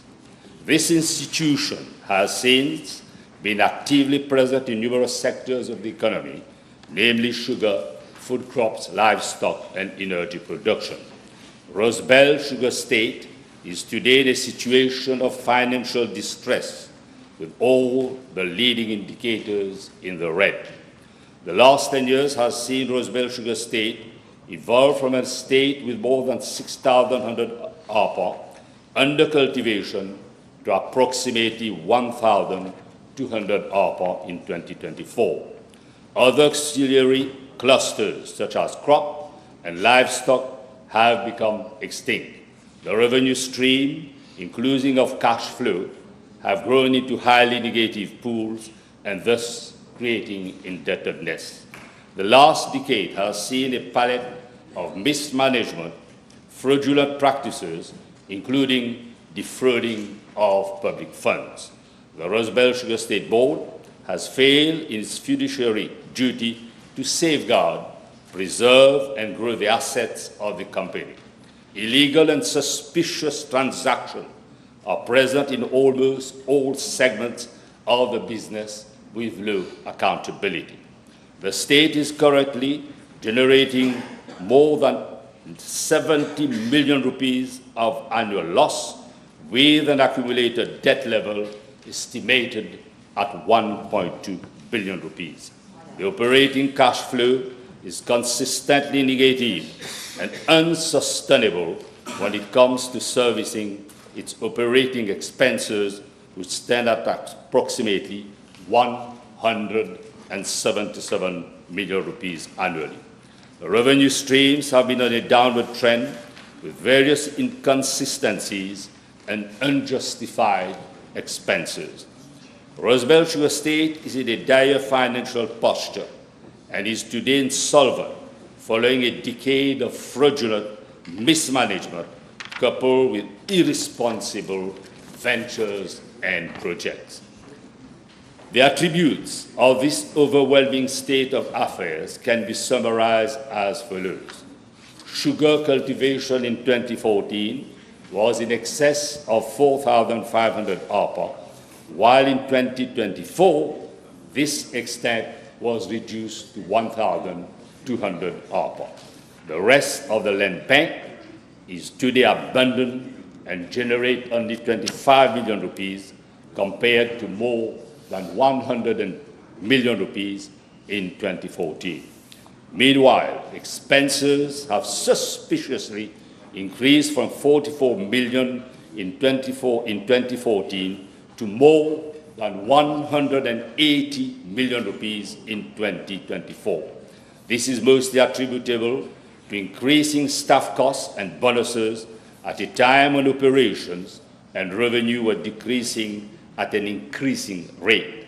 Staff costs today make up more than 80% of income generated. This is against good management practices and should have been flagged by auditors.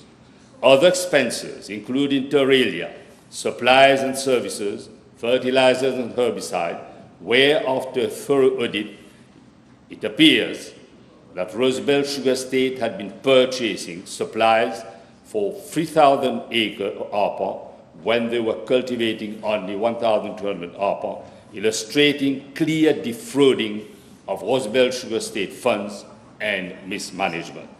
Since 2018, there has been no proper accounts prepared in line with international financial reporting standards.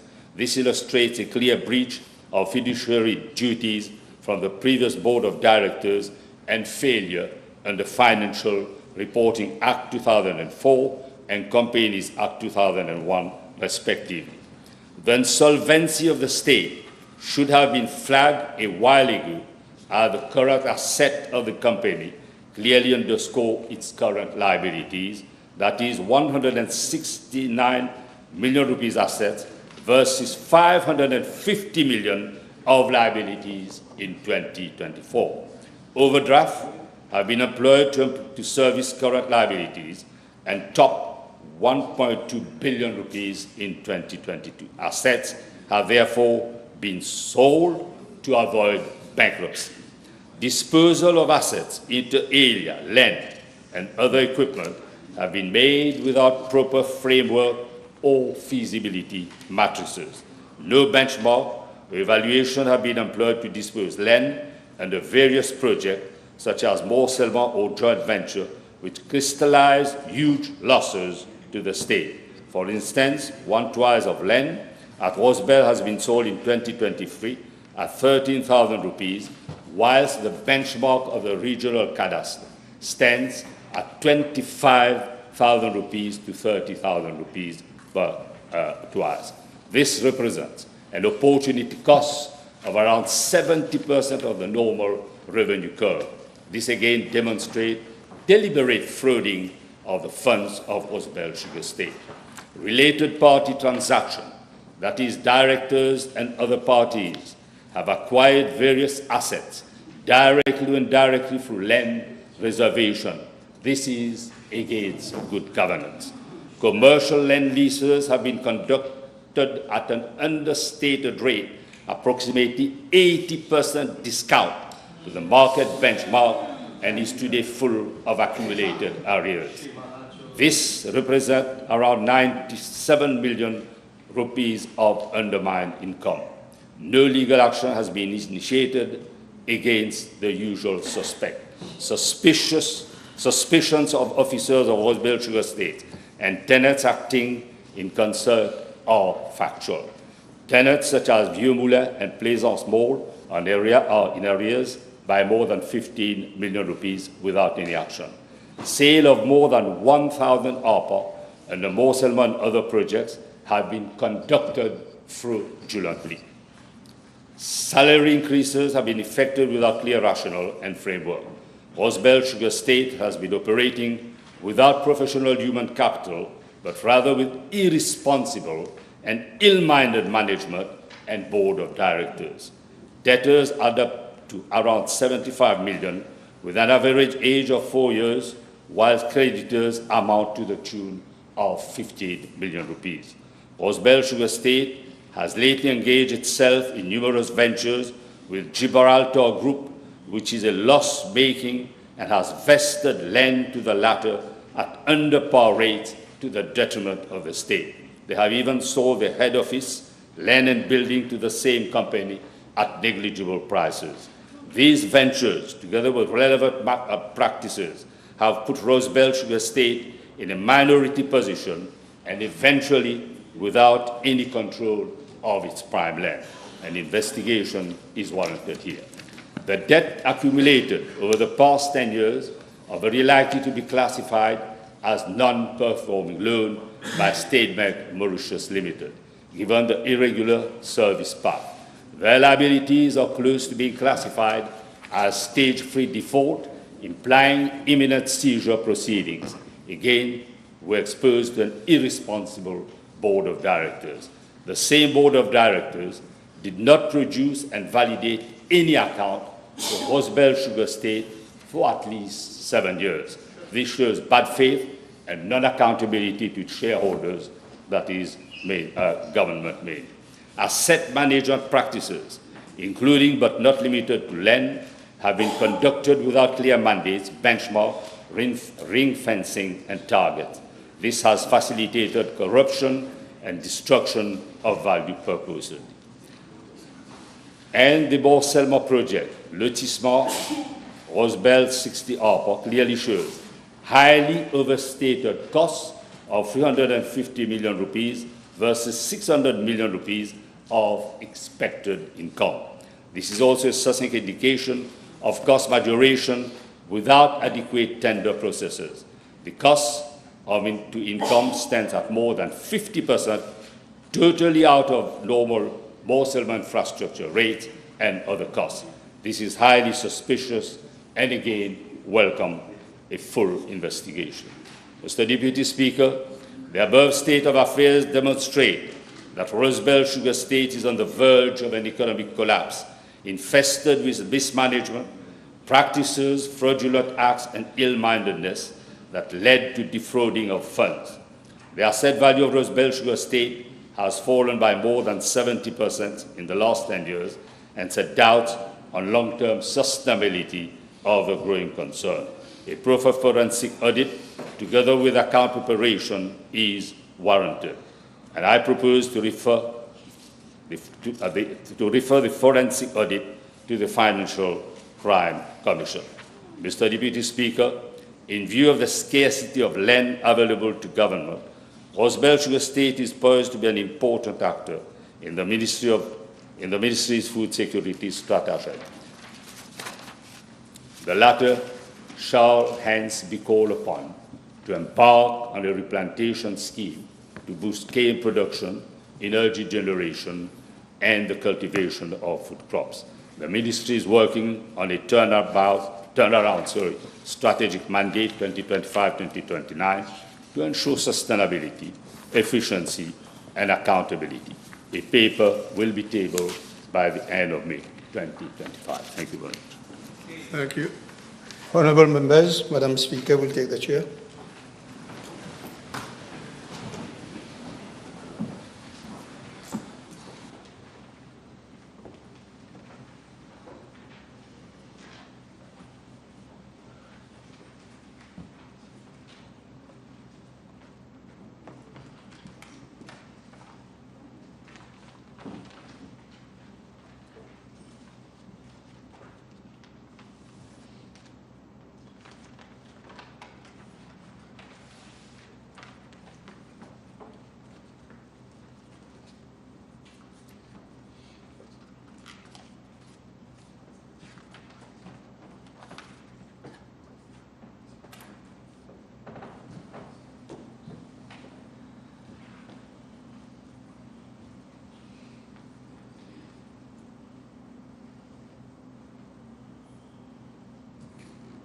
Please be seated.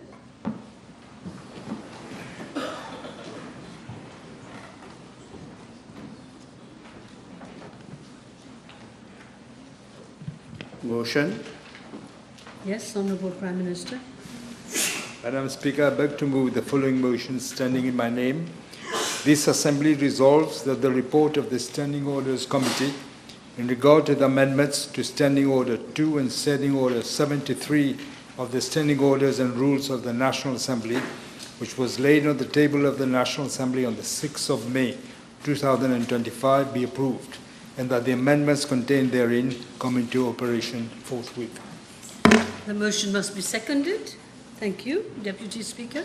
Deputy Prime Minister. Yes, the question is that this Assembly resolves that the report of the Standing Orders Committee in regard to the amendments to Standing Order 2 and Standing Order 73 of the Standing Orders and Rules of the National Assembly, 1995, which was laid on the table of the National Assembly on 6 May 2025, be approved, and that the amendments contained therein come into operation forthwith. Those in favour say aye. Aye. Those against say no. The ayes have it. Public bills, second reading. Yes, Honourable Attorney General, welcome. Thank you. Madam Speaker, I move that the Constitution Amendment Bill number 10 of 2025 and the Criminal Code Amendment Bill number 11 of 2025 be read together a second time.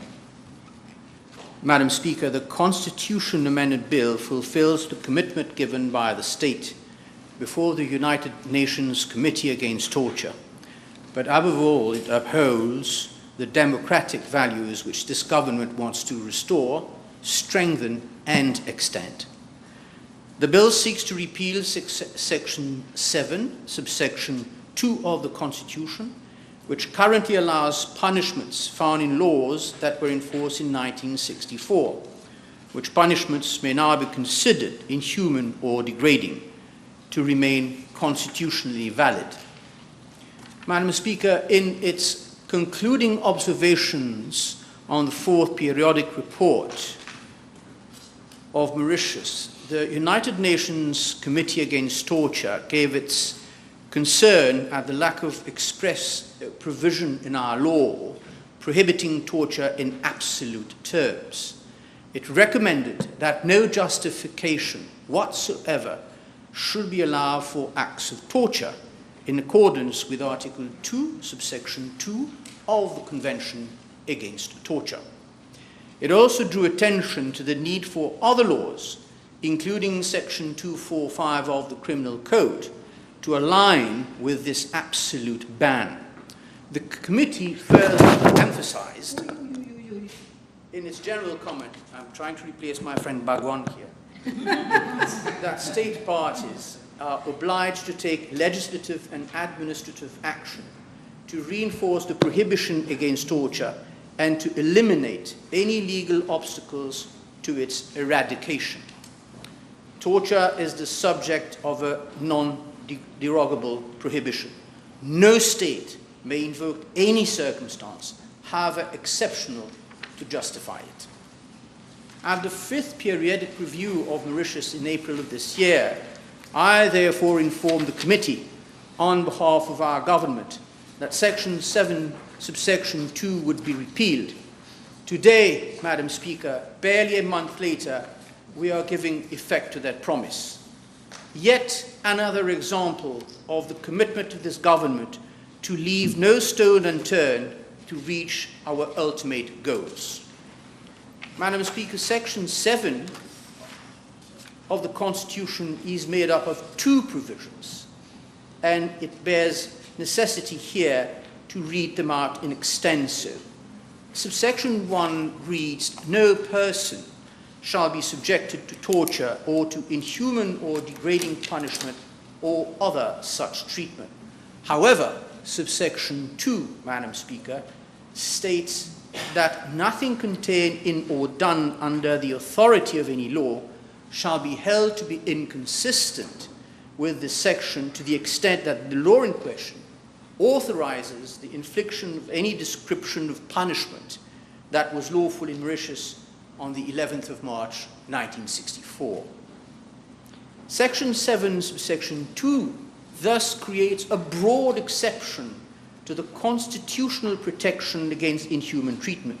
It immunizes from challenge any law that was in place before independence, even if that law authorized punishments that are unacceptable by today's standards.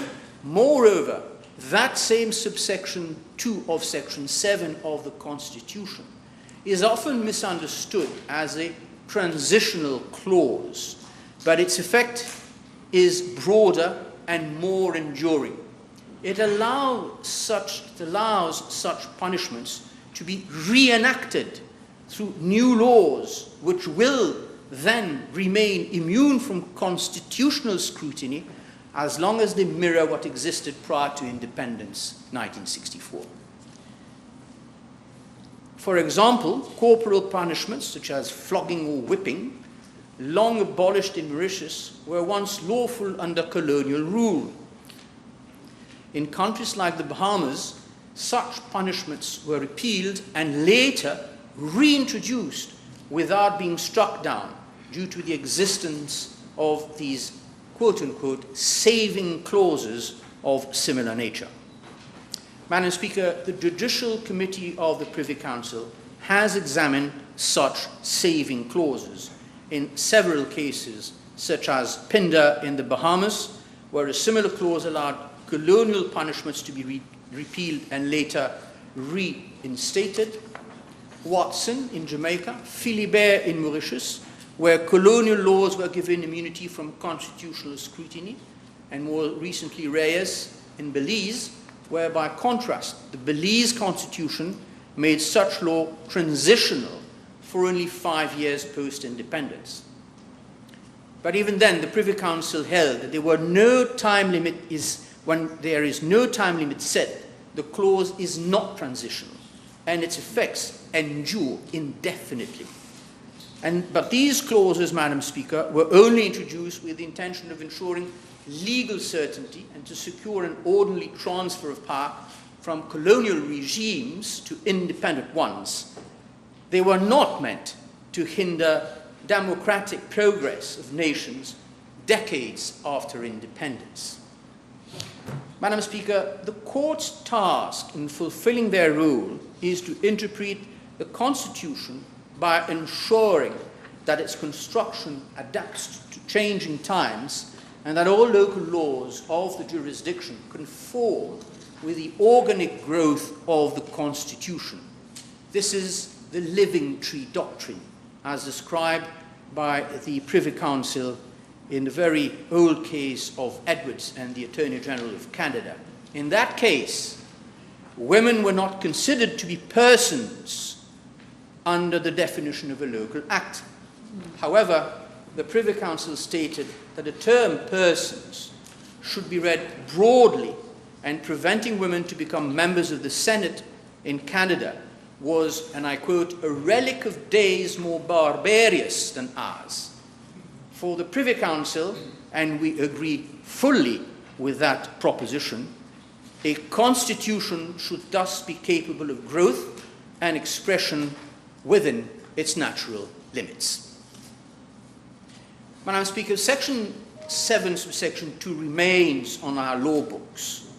The risk persists that one day Parliament could, not this one of course, but one day Parliament could reintroduce archaic punishments, and that such laws then be shielded from constitutional challenge. We cannot, as a responsible government, allow that. This approach would prevent the interpretation of torture or inhuman or degrading punishment to ever evolve, similar to the definition of persons in Canada under the living tree doctrine. It would be a Damocles sword hanging over our legal order. This view was in fact adopted by the Privy Council recently in the case of Chandler, Trinidad and Tobago case of 2022, where it was again emphasized that the existing laws could not be held unconstitutional, but parliaments were nudged, to use a soft expression, by the Judicial Committee to repeal and amend such laws.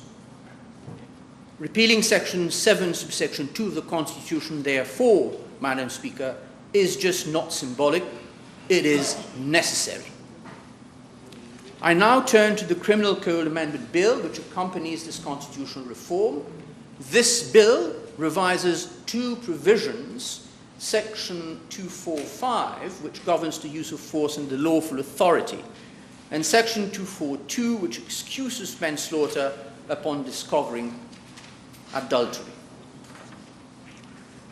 First, the repeal of Section 7, subsection 2 of the Constitution requires us to revise Section 245. Its existing language, therefore, no longer aligns with the updated constitutional standard. The new provision ensures that the use of force, including lethal force, remains legally justified, but only under defined conditions, which are A, the defense of persons or property, B, the lawful arrest or the prevention of an escape, C, the suppression of a riot, insurrection or mutiny, and D, the prevention of a criminal offense. This is consistent with international norms, with common law principles, and with the doctrine of proportionality, which is now implied in our Section 7, subsection 1, soon to become Section 7, simpliciter of our Constitution. In other words, even in these justified circumstances listed, A, B, C, and D, force must be used reasonably and cannot amount to inhuman or degraded treatment or torture. Madam Speaker, let us now turn to Section 242.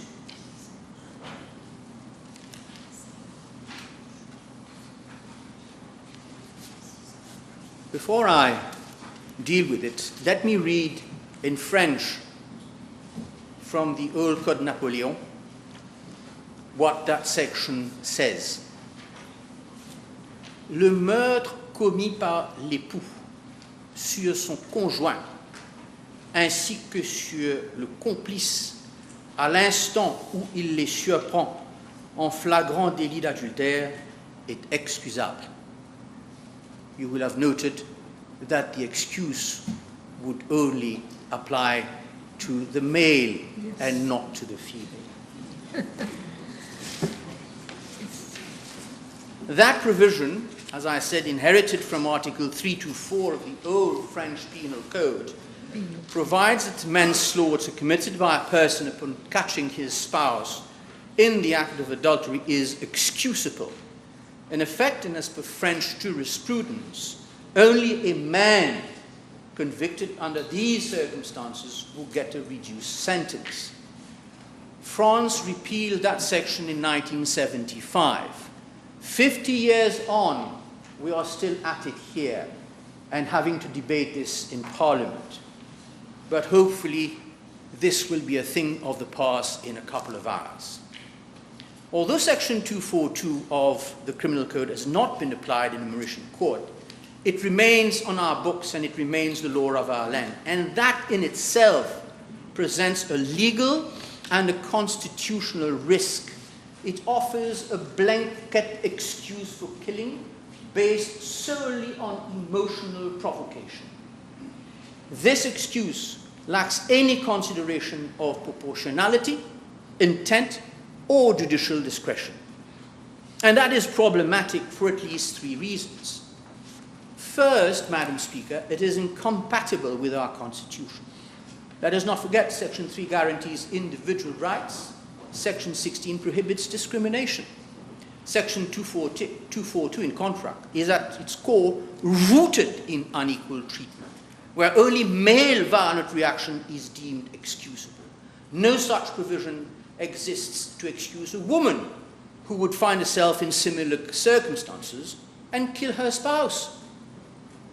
Secondly, it contradicts the general framework of our criminal law, where the notion of provocation is already recognized and considered on a case-to-case basis by our judges and magistrates every day in court. Section 242, therefore, imposes a redundant and rigid rule that bypasses judicial assessment and discretion. Thirdly, Madam Speaker, it is socially harmful. How can anyone look at our younger generations of this country and tell them that in our law there is a provision that could excuse feminicide? What message would we be sending to the country where domestic violence has been left unchecked for years? International bodies have echoed this, Madam Speaker. The United Nations Committee Against Torture in 2017, the Committee on the Elimination of Discrimination Against Women in 2018 have both urged a repeal of this section, but nothing was done by the previous government. Madam Speaker, I must stress that today's reform is not being carried out merely to satisfy external recommendations. It is being done because the provision is out of place in our legal system and constitutional principles.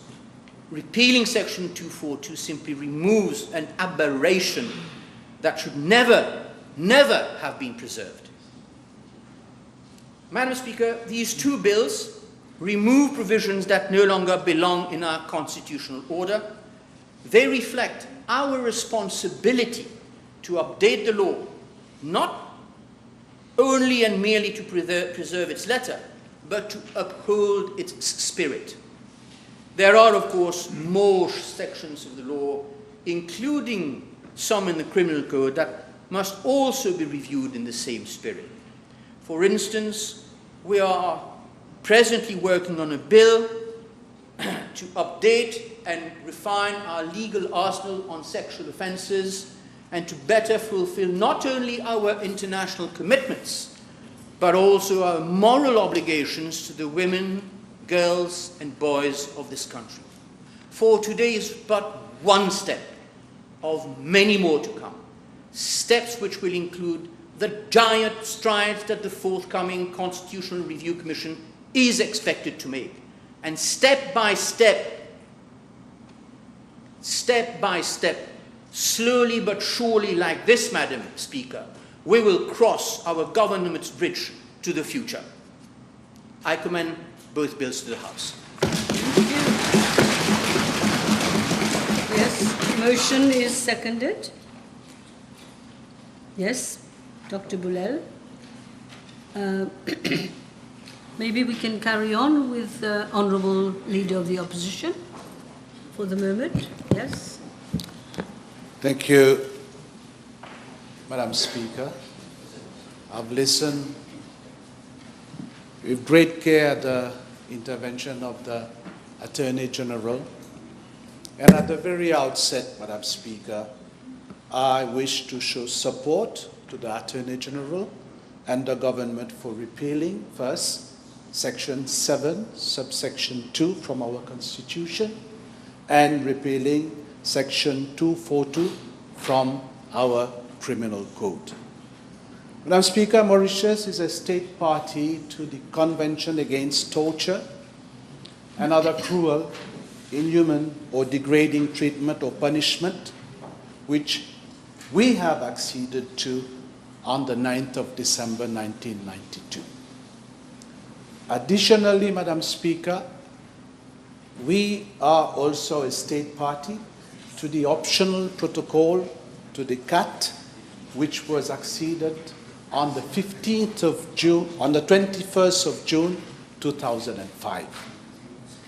This means, Madam Speaker, that Mauritius is committed to preventing torture and other cruel, inhuman or degrading treatment or punishment, both domestically and internationally. Madam Speaker, as the House is aware, the National Preventive Mechanism Division was set up under the National Human Rights Commission in 2014, and since June 2015, the National Preventive Mechanism Division investigates complaints which are made by a detainee, and where the detainee so requests, investigate the complaint privately. Madam Speaker, torture under any circumstance is a despicable act and should not be tolerated in modern Mauritius. Moreover, it was high time, Madam Speaker, to settle the debate on manslaughter committed as a result of a spouse caught in the act of adultery. Madam Speaker, I also support modifications being brought to Section 245 of the Criminal Code, where it was stipulated that there is neither crime nor misdemeanor where homicide, wounds, or blows are ordered by law and commanded by lawful authority. This new Section 245, Madam Speaker, now stipulates the following: that there is neither crime nor misdemeanor where homicide is or wounds or blows are committed as a result of the use to such extent and in such circumstances as are permitted by law of such force as is reasonably justifiable, A, for the defense of any person from violence or for the defense of property, B, in order to effect a lawful arrest or to prevent the escape of the person lawfully detained, C, for the purpose of suppressing a riot, insurrection or mutiny, or D, in order to prevent the commission by that person of a criminal offense, or if he dies as a result of a lawful act of war. Madam Speaker, despite the repeals being done today, there remain for me some gray areas. For instance, Section 78 of the Criminal Code, which criminalizes the offense of torture by public official, provides for a penalty of imprisonment for a term not exceeding 10 years and to a fine not exceeding 150,000 rupees. Hence, this is clearly, I believe, not consistent with Article 4.2 of the Convention in relation to the gravity of the offense. Madam Speaker, the second one is with regard to the absence of any provisions in our legislations prohibiting the use of any evidence obtained by torture and other cruel, inhuman, degrading treatment in accordance with Article 15 of the Convention. So as long as there is no such prohibition of the use of evidence obtained by such treatments, the courts will admit such evidence secured by the police and adverse to a suspect's case. Madam Speaker, there are also, I believe, some practical and other challenges. First, a lack of awareness of the prohibition of torture and the contents of the Convention, even though it has been acceded to. There is also the perception that investigating authorities continue to look for confessions by any means to resolve a criminal investigation, and see the lack or scarcity of other means to solve criminal cases, such as use of scientific and technological means, and lastly, the reluctance to report cases. Now, I mentioned that earlier, Madam Speaker. I do not find any necessity to introduce the term lawful act of war in our criminal code, especially at a time where we should be condemning all acts of war around the world. It is to be stressed that we are a peaceful country and should remain so, and there should not be any justification such as an act of war that should be qualified as lawful, I believe, in our criminal code. Furthermore, Madam Speaker, I can understand that the relevant authorities should be allowed to act if there is a riot, an insurrection, or a mutiny in our country.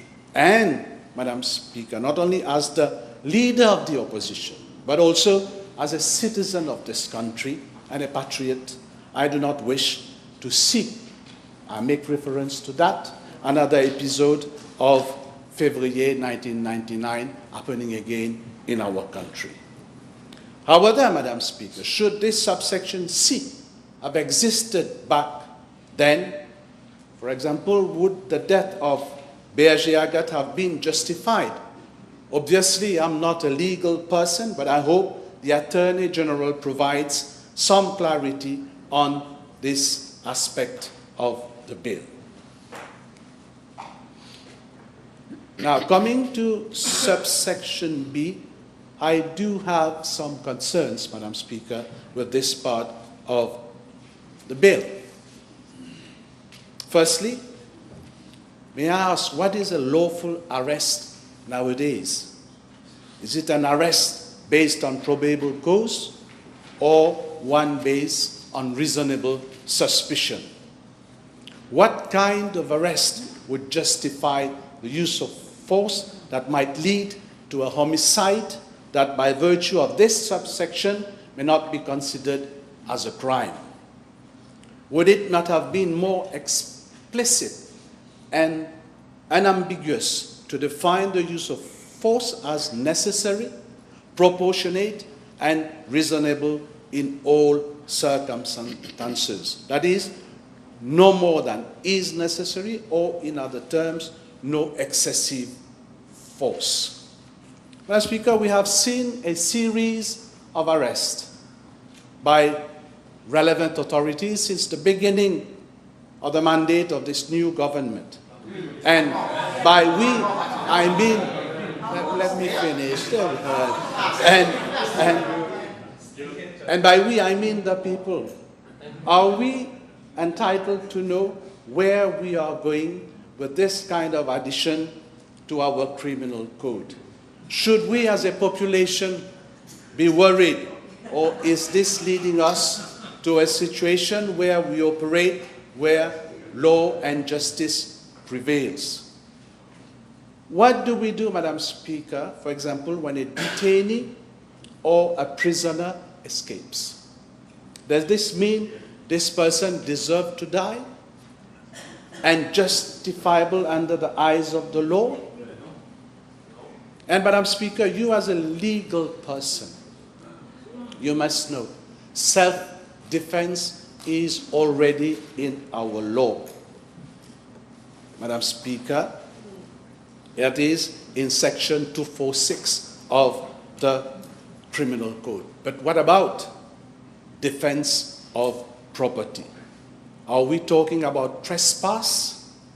So many questions, Madam Speaker, that I believe the Attorney General will clarify in due course. Madam Speaker, I believe that if the government wishes to bring improvements to the present laws, fair enough. I will give my support where the interest of the people lies. However, let us not create loopholes for abuse. Ces amendements, Madame la Présidente, découlent du rapport, comme ça a été dit, de la Commission contre la torture des Nations Unies qui date de 2017. Et oui, j'accepte peut-être qu'il fallait se pencher dessus depuis des années, mais cela ne veut pas dire que le régime précédent ne l'a pas considéré. Quand on parle du code criminel et de la constitution d'un pays, il ne faut pas procéder au coup par coup dans ce genre de situation. Ce même rapport, Madame la Présidente, évoque aussi le Police and Criminal Evidence Bill, un projet de loi qui a été longtemps évoqué, mais qui attend toujours de voir le jour. À mon âme, avis, Madame la Présidente, les amendements du jour viennent certes condamner encore plus des cas de torture, mais viennent aussi exonérer l'État dans des cas spécifiques. Where do we draw the line, Madam Speaker, as a sovereign nation? Le rapport parle aussi de beaucoup de manquements dans les enquêtes de la police, par exemple comme celle concernant le décès de M. Ramdoula Ramlagan, décédé en détention policière le 12 janvier 2006. Madam Speaker, I believe, in line with the recommendations of the United Nations, we are taking a firm stand against torture through our Constitution and by replacing Section 242 of the Criminal Code.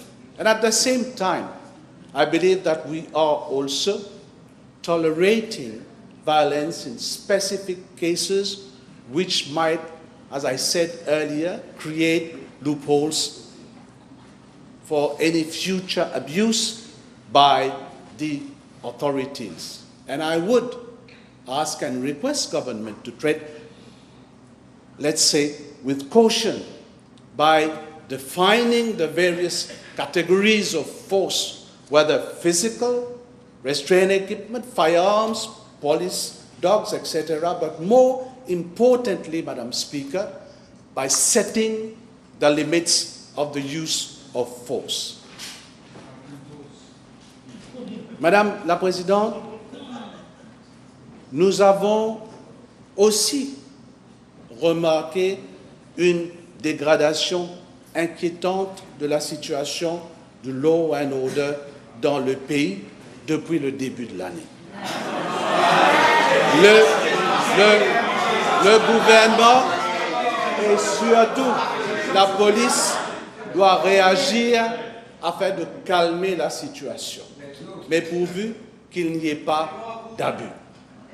Now, for example, Madam Speaker, to reduce to a minimum the risk of abuse by the authorities during any operation, maybe we should consider the introduction of body cameras for our police officers. This way, Madam Speaker, any arrest, any drug seizure for that matter, is filmed, recorded, and government, I believe, should amend the law so that those images can be used as evidence in court. This way, Madam Speaker, it will be clear in the eyes of the law if there has been unjustified violence or not. We are, Madam Speaker, a peaceful country, and we should leave no stone unturned in our quest to eradicate completely any suspicion of acts of torture on our territory. I'm done, Madam Speaker. Thank you. I propose we break for half an hour.